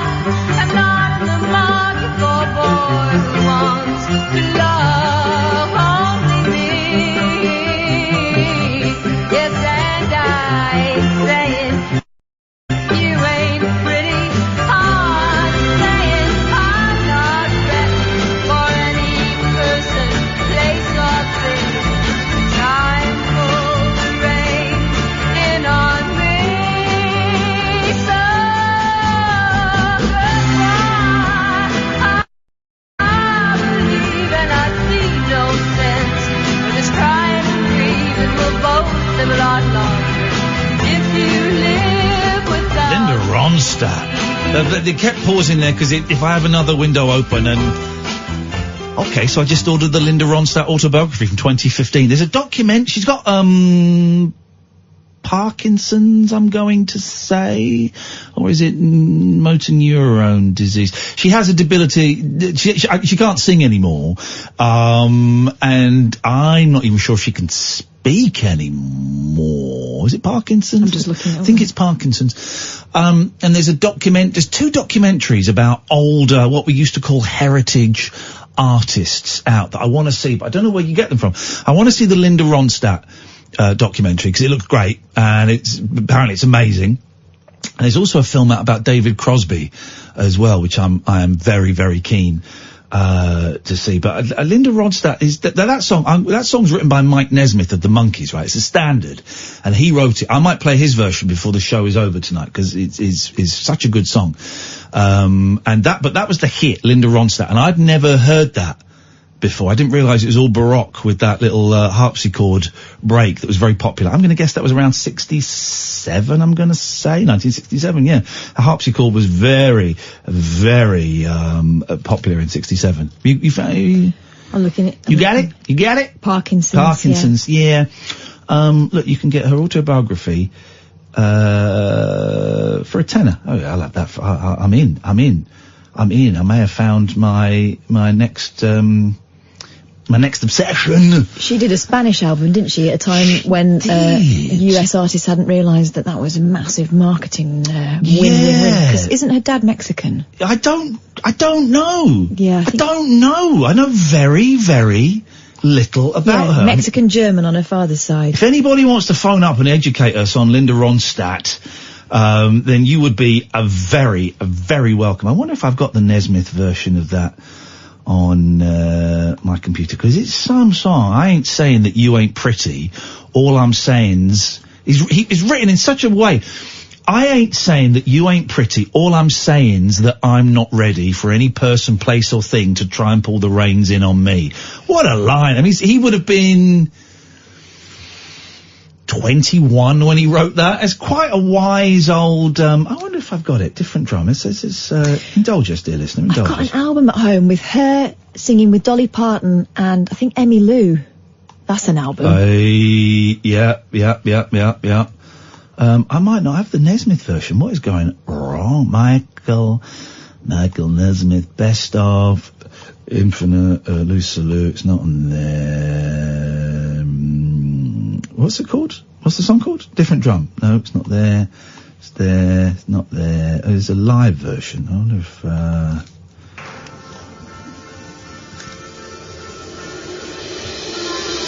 no, I'm not having that. We'll find it, and we will, I'm going to play it because it's a great song. Let us go to Nelly! Even Ian. Oh, Nelly, you kept... We thought you died! That was the most exciting part of the show. Remember that show when we thought Nelly had died? It was the most exciting thing I've ever... 50 years' time, I'll be giving a talk at some doodah thing for dickheads. Ian, what was the highlight of your radio career? Well, there was a show we did... We were talking about something before, probably talking about some obscure band or obscure song before, and we went to a caller. There's a guy called Nelly who'd phone up with these really annoying lists of, and quizzes that weren't actually quizzes, and if it went to the Hague for crimes against humanity, he would be found guilty. A very flexible definition of the word quiz. And we went to him, and we said hello. It was Catherine. Catherine was there. We said hello. And there was a pause, and that pause, it was probably only 2 seconds max. It felt like 2 millennia. And we thought Nelly had died. And then he said hello, and peace was restored. So that's the highlight of my radio career, just there, Nels. Yeah, I'm alive and kicking. Okay, that's good news. That's good news for, I guess, the ones that love you. What a terrible thing to say! That's terrible, Nelly. I'm so sorry. He shocked himself, and that takes a lot. Nelly was trolling on my Twitch stream today. Oh. Yeah, he's a troll. Was that? Yeah, you were, mate, actually. He was trolling, because he was trying... on the tree. He was trying to catch me out about tree maintenance, and how much tree maintenance costs. Right. He said I had a quote for a tree to be trimmed, how much? And I said, well, if it involved going up a ladder, you're looking at $750 minimum, and if it didn't have to go up a ladder, probably $500-600. And then he went, it proves you're from down south. Wow. Trees are expensive. Yeah. You've got a particularly big unruly bush in your garden. That's probably why they don't want to get up there. Thank you very much indeed. Okay, that's unpleasant. True. Anyway, so how much does it cost to get your tree trimmed? Well, someone quoted £130. That was a bit too expensive for me. Jeez. Well, I don't think your tree's that big or needs that much work then. It's the size of the house. And that's, it's overgrown, so... Okay, well this guy, I'd get this guy, I'd haggle this guy down and then get him to do it. It sounds amazing. He's a bit of a knob as well. So. Okay, well you don't want knobs working on your trees. No, he's like someone, you know when they do that round of The Apprentice, where they just sort of rock up and they just... You think he's making it up? Has anyone, because obviously The Apprentice is filmed months and months before it goes out, and then they have to kind of live secretly until the winner is announced. Has anyone listening been in a shopping centre or a market and been approached by a team that are obviously filming The Apprentice, selling their crap ice cream that's got coconut and pine cones in? Because you'd think it'd be happening about now. It's always summer, isn't it? Yeah, so it's probably finishing now. Has anyone been approached by a bunch of knobs in suits and talking bad into their haircuts, phones that are flat? Talking into their phones, trying to sell you coffee made out of rat milk? 034449911. On speakerphone as well. Exactly. We just said that. Yeah. So, Nelly, what can we do for you? Well, I did have my laptop open, ready to play iPod roulette, but you mentioned about the things on in the background during sex. Yes. Now, I've got a story, and I swear it is a true story. Okay. You're not going to I probably won't believe it, but I don't care. It's true, okay? Okay, if you say it's true, mate, then I'll believe you. Kath, could you just plug that in for me, please? I'm about to run out of juice. So we've got, this is quite a while ago, about 15 years ago when I was a younger man, and I met up with Can I just say, you didn't need to say that you were a younger man 15 years ago. That was obvious. For God's sake. Right, okay. So, before, met up with a lass. I'm pretty sure it was either a Sunday or a bank holiday during the day. Can't have been Sunday. You would have been chilling on Sunday. He's not Craig David. Oh. It's Nelly David, his younger brother. Right, okay. Nelly's exasperated. I reckon 3 more of those, and he's going to tell us to F off and slam the phone He's going to do a mo. He's going to do a mo and tell us to F off like he did yesterday. Mo told us to F off yesterday, Nelly. Yeah, it was good though. Thank you. Oh. So, quite hurtful. I was 30-15. God. We'll say bank holiday Monday. Can I crack on? Yes, please! Is that what you said to her? No. Right, we're being quiet. Amy, turn our microphones off. Nelly's going to tell his story uninterrupted. So, we'll say bank holiday Monday. Last I'd been seen a little bit. The parents were out. So, house to ourselves. Went to her house and she had a film on in downstairs. She wasn't really watching it.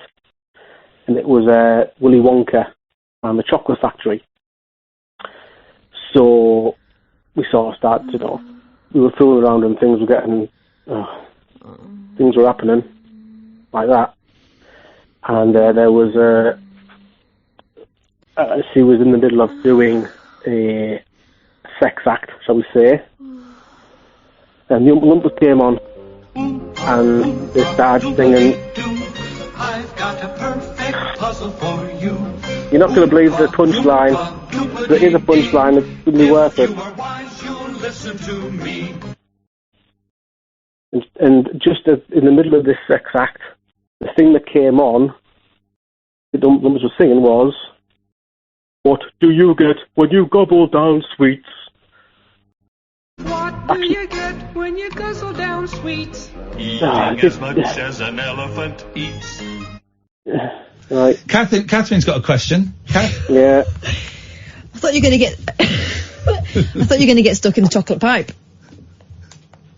No, I'm not that way inclined. Augustus Wied, I'd save some room for later. I'm not really. No, I'm not really into that. To be fair. You get taken to the fudge room. Not really. No, just not right, is it? So. Egg shoot. What do you get when you guzzle down sweets? I mean, yeah, it happened. I mean, I know you won't believe it, but it did happen. Wow. And, Hang on a minute, I can do something funny here. Hang on, I can do something funny. Hang on, I think I can do this. This is all just being done. Hang on. What do you get when you guzzle down sweets? Slight pause. Off with his head! You're a pervert. I got a mouthful of sausage. Wow! Pretty much sums up Nellie's thing. Thank you for that, Nellie. I hope you feel that we handled that delicately. That's what she said. not really, but fine. Okay, well, we have a satisfied customer, but not satisfied by us. Satisfied by a former lover. Lee was left dissatisfied by us. We can't please everybody all the time. We're going to please you in a minute, Roger. No worries. Dirty boy. Late night conversation, wealth, losing sleep over. The Late Night Alternative with Iain Lee on Talk Radio. A little update on the book. I've just lost the thing now. Peter has received it in New York. He's in New York. We're in New York, Catherine. Here's the thing. So what's it called? Here's the thing. The Late Night Alternative transcript written by you guys is doing very, very well. Let me just have a little update on the price. Let me click refresh. We are we're £264 away from £2,000 for the Samaritans. All profit goes to the Samaritans. We've sold 291 copies, and that means we've got £1,736.92. Here's what I have decided, Catherine. After Christmas, we stop. So it becomes a limited edition, in as much as after Christmas, you won't be able to get it anymore. We might bring it back in a different variation at some point, but I've got lots of people saying, I'm going to buy it next month, That's great. I get the money is a little bit tight, but I think if we make it a finite date that you have to buy it by, that will encourage people to make sure they do buy it instead of constantly putting it off. I do that sometimes. I really want something. I'll get it next month. It's not a priority. I can put it off for a year. So probably like Christmas Eve, Christmas Day or something, we'll stop it. I suppose it also means we can give the money to Samaritans in a big chunk, and that's the end of that. That's the way forward. If we can get to £2,000, that would, which I suspect we're going to now, that would be absolutely awesome. So thank you everyone who's bought it. If you go to Lulu, Lulu.com, Lulu.com, look for Late Night Alternative, it pops up. It's $12.99, $5.98. I think of that is profit. That Lulu take the rest of it. We don't get a penny of it, and all that $5.98 will go to the Samaritans at some point. And so thank you everyone who's bought that. It is appreciated. Let's go to Roger. Good evening, Iain and Katherine. Evening, Roger. What you got for us, big man? Oh, so many things. I'm just glad I'm not the only one that thinks the Snowman's tedious. Oh, Jesus, it's rubbish, man. It's awful. Boring. But I love it's Raymond Briggs, isn't it? Who did When the Wind Blows. Yeah. But I love When the Wind Blows. I've read the graphic novel and I love the film. I've never seen the film. Oh, it's brilliant. Yeah, I bet it's great, but I don't like that style of cartoon though. The wobbly, scribbly cartoons. So you never liked rhubarb then? Oh, he hates that. You ate that. I like the food. I could do a bowl of rhubarb and custard right now. Oh no! But my mouth's, I believe they call it salivating. No. That winds me up when people call it rhubarb and custard. It was never rhubarb. I was talking about the actual pudding, you prune. Wind you up. And as for films, yes, let's put it this way: the first time I watched Shaun of the Dead, I didn't see much of it. Wait, hang on, you're visually impaired, as you like to remind us all the time. Was it because you're blind or because you were making love? This was making love. Yes. Oh, it's good to it's good to have sex to a comedy. Because then if they're laughing, you could say, no, it's just nice because everyone's feeling happy and jolly, and then you go, also covered up by the zombie noises. Yeah, exactly. If memory serves, didn't get to see much of it. Good lad. Well done, Roger. But, and the S word, I just don't think it's got that connotation. It's ever had that connotation in America. Oh, spastic is what we're talking about. For those who, I think we can legitimately say that. I can remember the 4-letter variation of that coming up a lot in Buffy the Vampire Slayer. Yeah. Oh, and the 4-letter word of that is that's the doll that changes into a Transformer. Right. That's it. Is called that. I think. Yeah. That's just. It's something I can remember seeing it and thinking, why are they saying that? Yeah. It's language, isn't it? Language is a strange old beast, and it is amazing. I always think, isn't it funny that people get so offended by sounds made by teeth and tongues and throats, and by shapes written down on paper. And I do as well. I jar at words, and I blanch at things written down. And it's weird, isn't it? And also the C word, right?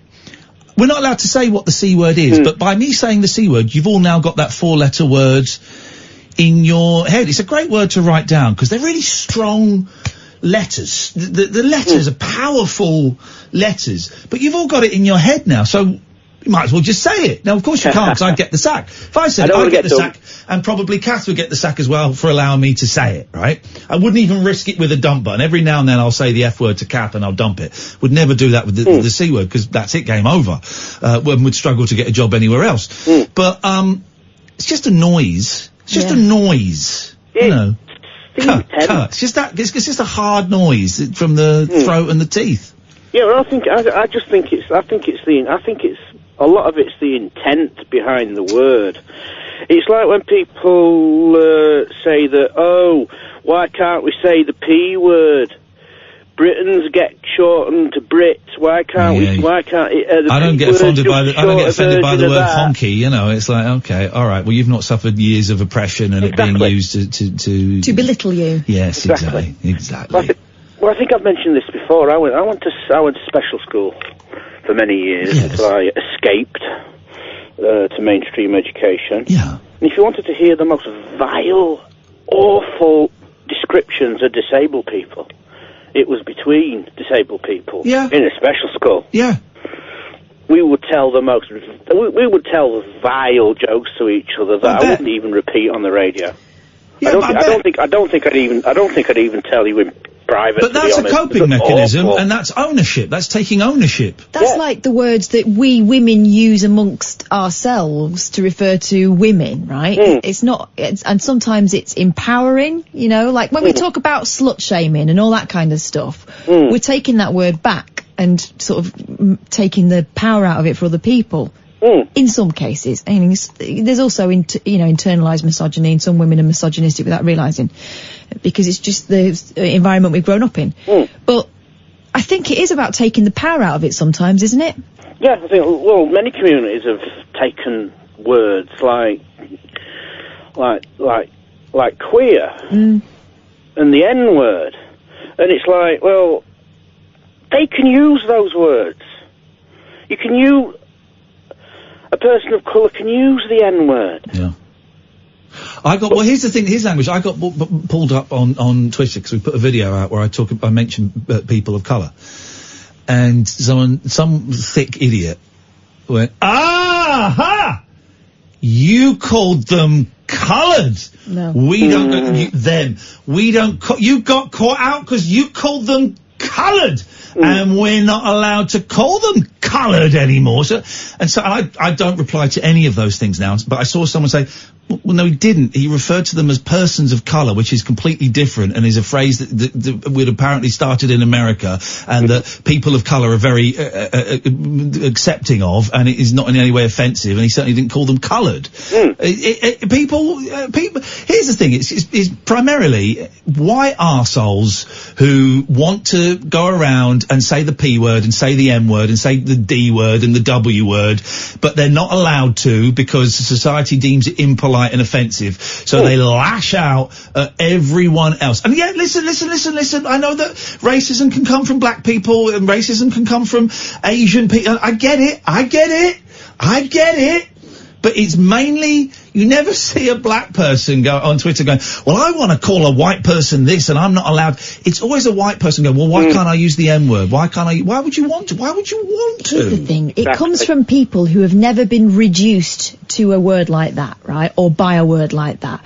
People who go, oh, I don't know why she's so worried about me calling her darling. Well, because no one's done it to you, right? Yeah. As a way of shutting you up. So, pipe down, mate. Pipe down. Hey, pipe down, our kids. For crying out loud.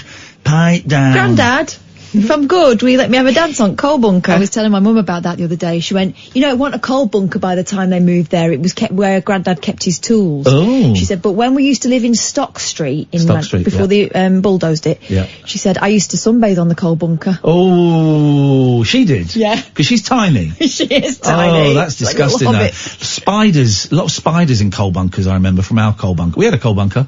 Used to love it when the coal man came. Used to love it. The coal man would come. It was a really exciting day. Right, old racket. I think we got 2 sacks of, what was it called? Nutty Nutty Black or something. Was it called Nutty Black? It was called something like that, wasn't it? Was it Nutty Black, the coal? And he would empty 2 sacks, in the back with my mum.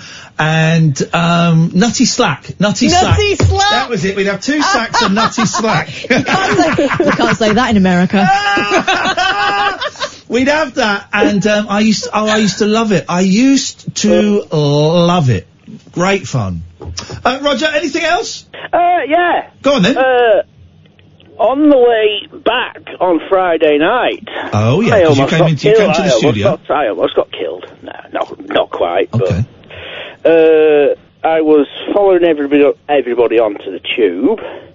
And it was one of those, I'd never seen it before, one of those ones with the safety barriers to stop people getting pushed over onto the rails. Yeah.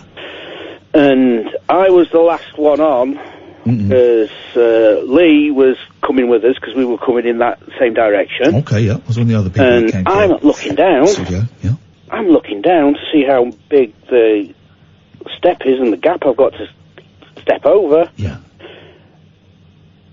And the safety doors start closing on me. Oh, no. Uh-oh. Oh, yes. And they're squishing me. There's Ollie panicking.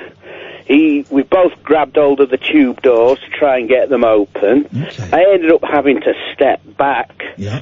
Ollie's shouting, stay on the platform, stay on the platform. He managed to use his head and part of his body, bless him, to stop the tube doors from closing. Wow, what a hero. Yeah, well, ruined my plan. Cost me a lot of money to get that plan. Bless him. I had to grease a lot of palms. So you nearly died on the London Underground, but you didn't? Nearly died on the London Underground, but I didn't. Okay, well, Roger, we're glad, that Ollie's okay. Let's have a listen to this. This is Nesmith doing it, but this is him doing the song, 5 years after everyone else did it. Here we go. So let's turn the mics off. Let's have this. This is great.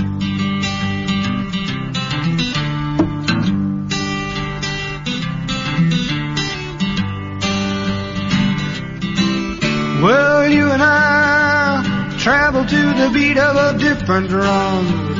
Can't you tell by the way I run every time you make eyes at me? Yes, you cry and moan and say it'll work out. But honey child, I've got my doubts. You can't see the forest for the trees.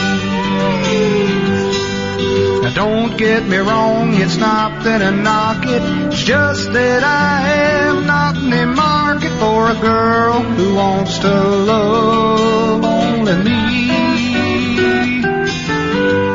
And I'm not saying that you ain't pretty.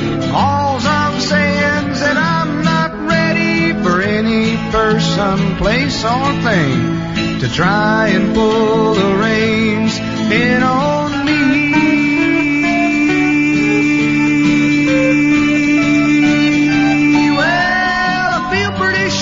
You'll find a man who will take a lot more than I ever could or can, and you'll settle down with him, and I know that you'll be happy. So goodbye, I'm leaving. I see no sense in you crying and grieving. We'll both live a lot longer if you live without me, babe. I'll go with.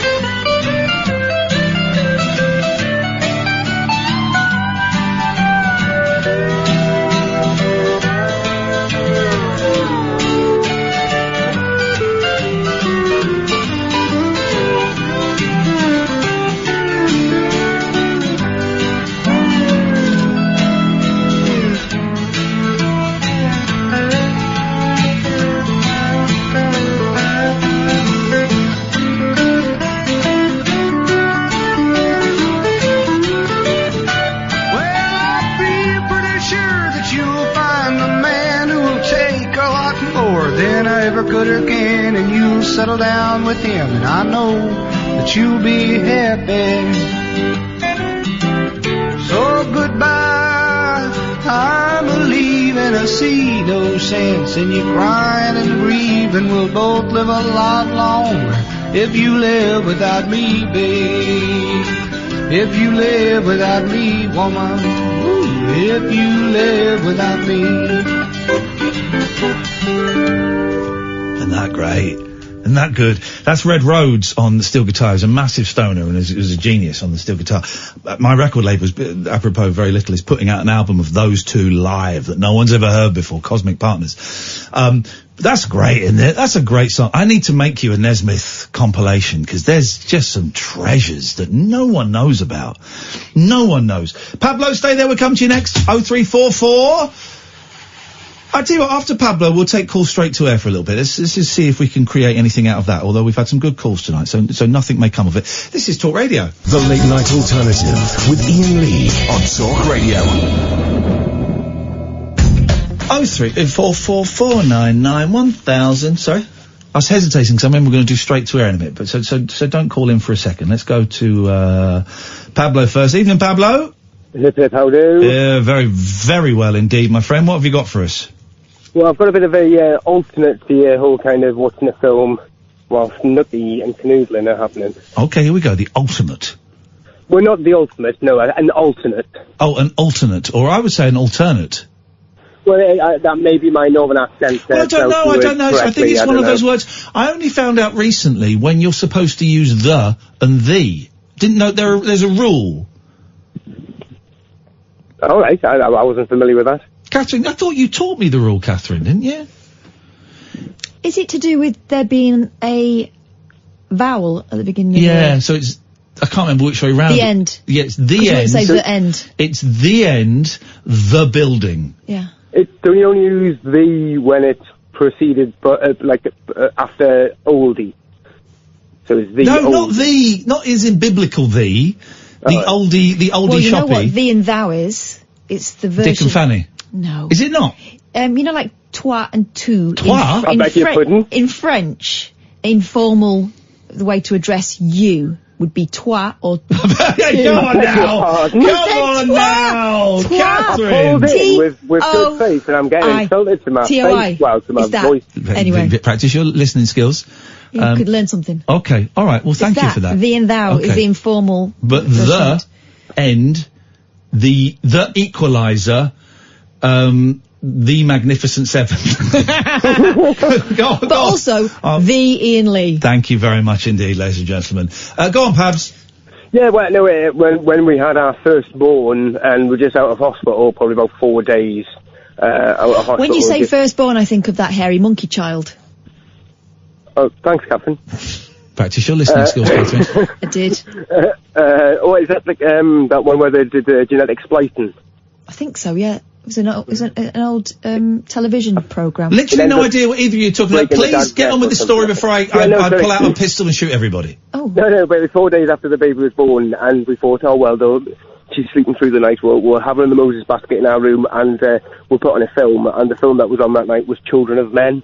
Oh. And I thought it was quite an interesting parallel to the situation. But yeah, obviously no Nucky was happening that night. Well, no, hang on. That's not right. So, Children of Men is a film where the women stop having babies. They can't have babies, and then Clive Owen finds a woman who's got a baby inside her belly, right? But what's that got to do with our phoning? You had a baby and you watched a film with Clive Owen, but you didn't have sex. I just thought the kind of the opposite of having Nucky is having a baby. No, the opposite. So the other phoning is, what films have you not had sex to? No, the opposite. The opposite is either, yes, what Catherine says, what films have you not had sex to? But surely the opposite is, what films have you watched and someone has died while you're watching it? Oh my God. That's the opposite. Your whole family sit around to watch, I don't know, the Muppet movie, the original, not the remake or the reboot, and then you turn the lights on and Grandad's dead. That's that's the opposite.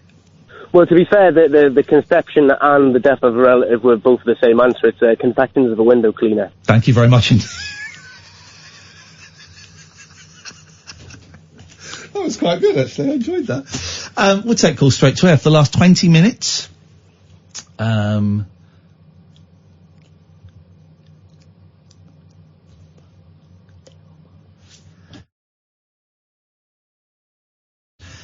before Daryl Morris comes in. Daryl Morris comes in. Did you just bing yourself? I will do when I get home. Can't do it before I fall asleep. So we'll take calls straight to air. Are we going to do, What?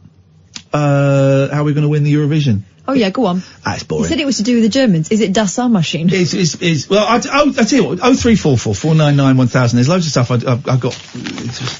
We're doing stories from the Times. If anyone's noticed. I hope someone notices and tells the Times that we're doing stories from the Times. Tell the Times we're excellent. This is, if we do this as the compromise, then maybe that's what Could you, actually, Twitter friends, could you Yeah. do us a favour? And Yeah. could you at the Times saying, I've never learnt so much great stuff as listening to the TLNA with the Times. But take the sarcasm out, because we really, Can't read sarcasm on really Twitter. want to be here next year. Yeah.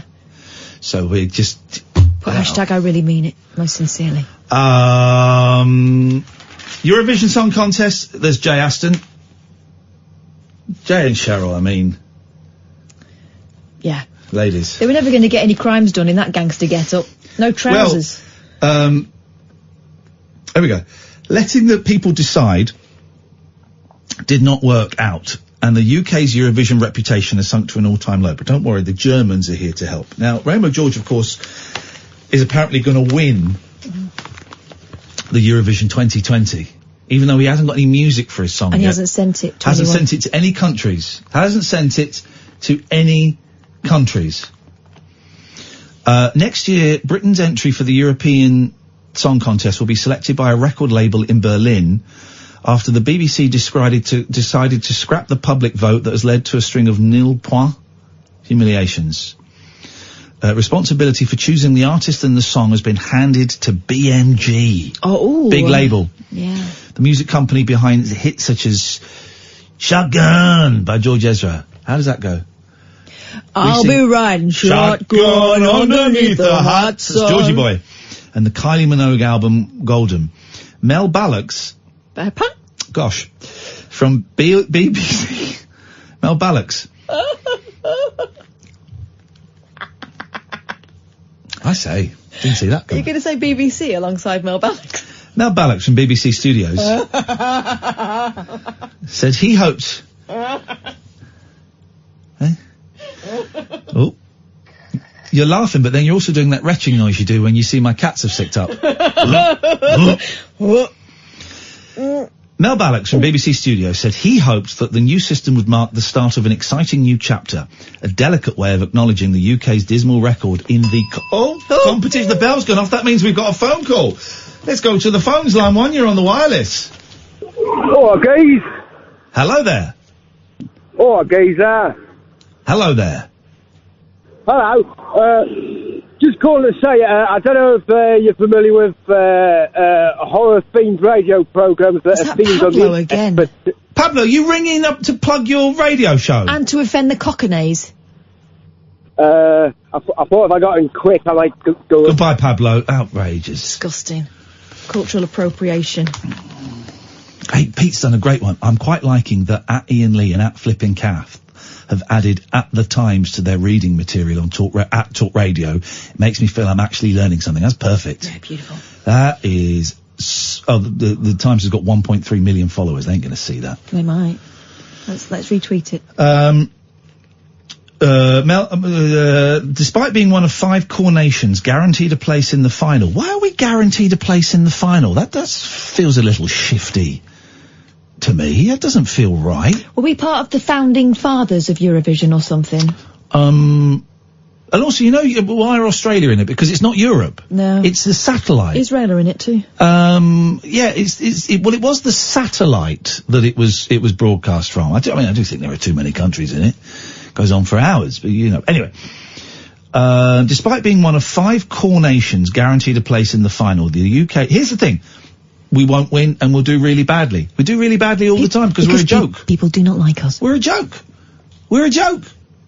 Do you remember there was one year where, not Sir Nicholas Forsdyke, Sir Andrew Lloyd Webber, sorry, I don't know, I got his name wrong. Sir Andrew Lloyd Webber went around Europe greasing the palms. Do you remember this? Greasing the palms of those what do the judging. And was saying, you really must please, you really must give us a good opportunity this year. We still did really badly. Didn't we, line 1? I got a feeling that you could be feeling a whole lot better than you feel today. You say you got a problem, well that's no problem. It's super easy enough to Sounds like something from Avenue Q, be ready. When you start to get confused because of thoughts in your head, don't feel those feelings. Hold them in instead. I just got a feeling that's Avenue Q and we're going... Is that about to be everyone's a little bit racist? Oh, it might be, which is that is Avenue Q, isn't it? I've not seen Avenue Q. We had the casting once on a show I was doing, and it looked like it would be my cup of tea, and I just never got round to going to see it. They didn't give me free tickets like they promised. Line 2, you're on the wireless. God only knows. God makes his plan. The information's unavailable to the mortal man. By the way, the Avenue Q music sounded really good being played down the phone, so whatever they were doing, if they could let everyone else know how they did it... This is, Go on. Paul Simon. Correct, well done, you got it. Okay, we'll play that game. You've got to name the artist. Let's go to, we're due a break, aren't we? You didn't do that break. We'll do that in a second. Let's go to line 2. Hello, line 2. Oh, hello, Ian. Hello, Kath. Pablo? Oh, it's Griff here. I'm just calling from the valleys. I just wanted to know if you were familiar with any kind of horror-themed radio. No, it sounds awful shite. Oh, I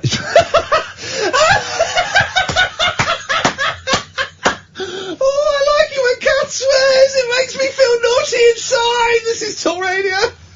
After hours amusement for anarchists, air hostesses, and jet-lagged Antipodeans. G'day, coppers. Can I crash on your floor? The Late Night Alternative with Ian Lee on Talk Radio. Call straight to air before Daryl Morris comes in. 0344 499 1000. We might go back to the Eurovision in a minute. I just wanted to do this. You know Elon Musk called that guy that rescued the kids a paedophile? Yes. Right. He's now saying, well, I didn't mean that he had sex with kids. It's like a term of endearment. What? That's exactly what he said. Because he also said it in a few more tweets as well, didn't he? Saying, why do you think he was there? Why do you think he was there? Right, so anyway. When Elon Musk called a British cave diver, quote, a pedo guy last year, he was not in any way suggesting he was actually a paedophile, the billionaire claims. This is great. Oh, dear. Instead, the chief executive of Tesla and SpaceX merely intended to insult Vernon Unsworth by implying he was a creepy old man, he said in legal documents filed in California.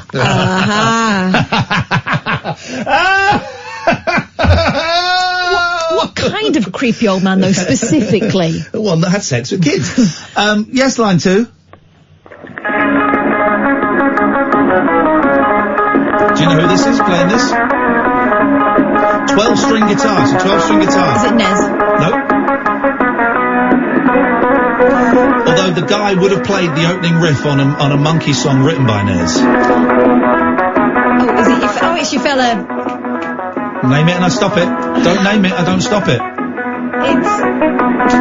Mr. Lightman. His name is? Glenn Campbell. Thank you very much indeed, Glenn Campbell, Mr. Glenn Campbell. My magic fingers. Imagine what you could do in the bedroom. What a man. Very handsome man. Very tall man. But when I met him, he was in his late 60s, probably early 70s. He was as tall as me. Amazing eyes. Yeah. Oh, God, amazing eyes. Just light blue. Oh, incredible. Mr. Unsworth, 64, angered Mr. Musk in July by laughing at his stupid, rubbish submarine. Let's just remember, he wanted to shoot a tube down the crevice to get the kids out, didn't he? And he's calling the other guy a pedo. God. Mr. Unsworth told CNN at the time that Mr. Musk's offer was a PR stunt and that he could stick his submarine where it hurts.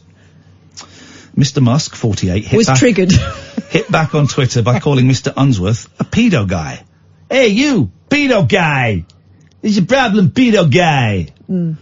That well-known insult that just means silly sausage. He later emailed a BuzzFeed reporter, here we go, and urged him to, quote, stop defending child rapists. But what did he really mean? Line 4, you're on the wireless. Good morning. You sure do make it like the sun. Who is it? I don't care. Listen to the voice. Nez. No. I'm gonna love you if you come my way. It plays until you name it. Now if there's a chance that no man find you, better not find you looking the other way.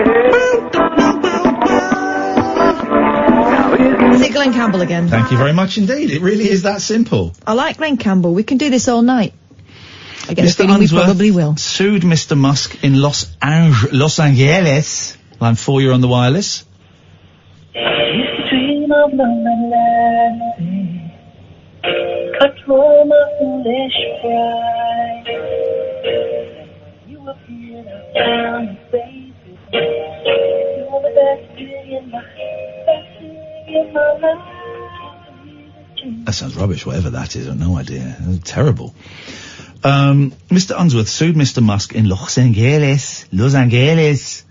That means lost fairies for defamation, claiming that Mr. Musk had falsely branded him a paedophile and a child rapist. That would have been when he used the word pedo and the words child rapist. Mr. Musk, who was raised in Pretoria, has now denied that saying, oh, It was an accident, my lady. gosh. What's he said? There are some straws, and you're going to hear them being clutched at very desperately. Mr. Musk, who was raised in Pretoria, has now denied that, saying, quote, pedo guy was a common insult used in South Africa when I was growing up. Oh, come on. He said it was used to, quote, insult a person's appearance and demeanour. The case is scheduled to be heard in December. I cannot wait. We're going to follow that case very closely. It starts at 12 and ends at 5 past. We're going to follow that case very, very closely. Pedo guy. Oh, no, it doesn't mean paedophile. It just means he's a weird guy. A bloke who looks like a scuba diver. Okay, well, let's assume, let's put that to one side. But when you called him a child rapist, right, you remembered that. Here's $1 billion. Line 1, you're on the wireless. But it don't work. Keep coming up with love, but it's so slashed and torn. Well, you got to name it, otherwise it plays. It's Bowie and Freddie. But it's superb, though, that. Without the instrumentationals. Line 2, you're on the wireless.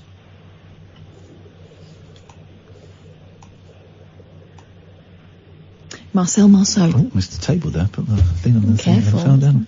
Line 2, hello? If you can hear our voice, that means you're on the radio. Is that me, Stephen? Listen, they'll only take 10 seconds, Ian. Away you go. You said something earlier on, I'm hypersensitive when it comes to, and I mentioned something about the throwaway line about, I couldn't tell you what sexuality I am. Okay. And you said, I nearly said, you basically said when... Okay, it's longer than 10 seconds. You said, I'm sure there's plenty of people in the country who would... I think you let things stew a little bit too much, Steve. No, but I think that was a wee bit cutting to say that. I tell you what, why don't you give us a call? Why don't you give us a call when you're not on drugs, and then we can discuss it. If I caused any offence, I'm very, very sorry, but you seem to be letting stuff stew that no one else is aware of. Give us a call when you're not high. You think so, yeah? Yeah, I think so. All right, man. Have a good night, Steve. I'm sorry, Ian. I'm sorry. You have nothing to apologise for. I apologise if you were upset by my attempts at humour. We're all cool, man. Right. I want to talk to you when you're not high, though. Right. All right? Right, okay. Go and get some sleep, man. Right. Aye. Good night, Stephen. Take care. That's a good idea, right? Thanks, Ian. Okay, no worries, man. You take care. Sometimes people read a little bit too much and stuff, but it's not our intention to upset people. But also, when you're on drugs, you misinterpret things, you can get paranoid, all these things. Anyway, I like Stephen. He's a nice guy. Line 1, you're on the wireless. Oh, yeah, is that Ian, the snowflake? Can't hear what you're saying, mate. It's too muffled. Oh, that's snowflake. It's too muffled, mate. You're going to have to do something where it's not quite so muffled, mate. Line 3, you're on the wireless.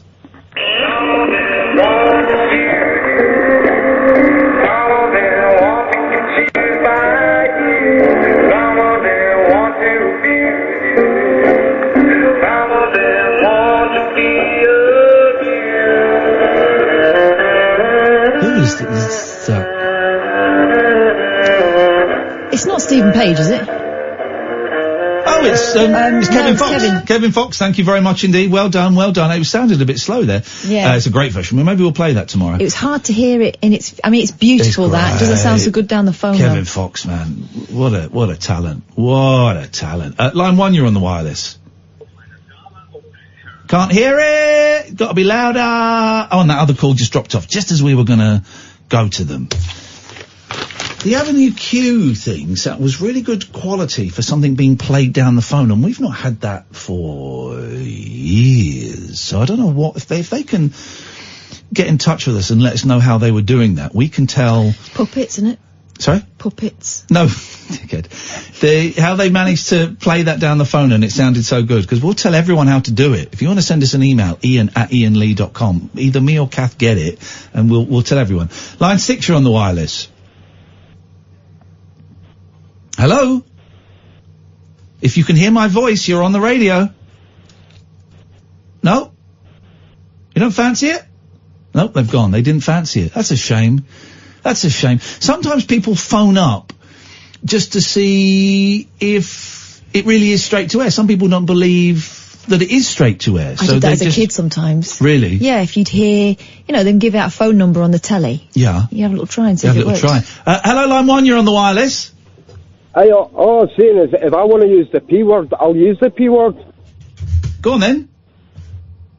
Poltergeist. Thank you very much indeed. You see, there we go. We'll take one more before Darryl tells us what's happening on his show. Line 3, you're on the wireless. I'm just... Okay. Self-censored. I like it when they do that. Darryl Morris is on after 1. Hello. What straight for us tonight? Hello, how are you? Yeah, well, I'm all right. Yeah, I'm looking forward to going home to bed. How are you, Catherine? Same. It's different home, different bed. Just to clarify. I don't think the show today, that's 2 now. In quick succession. 2 in a row. Can you believe? Look, it's going to be fallow in October.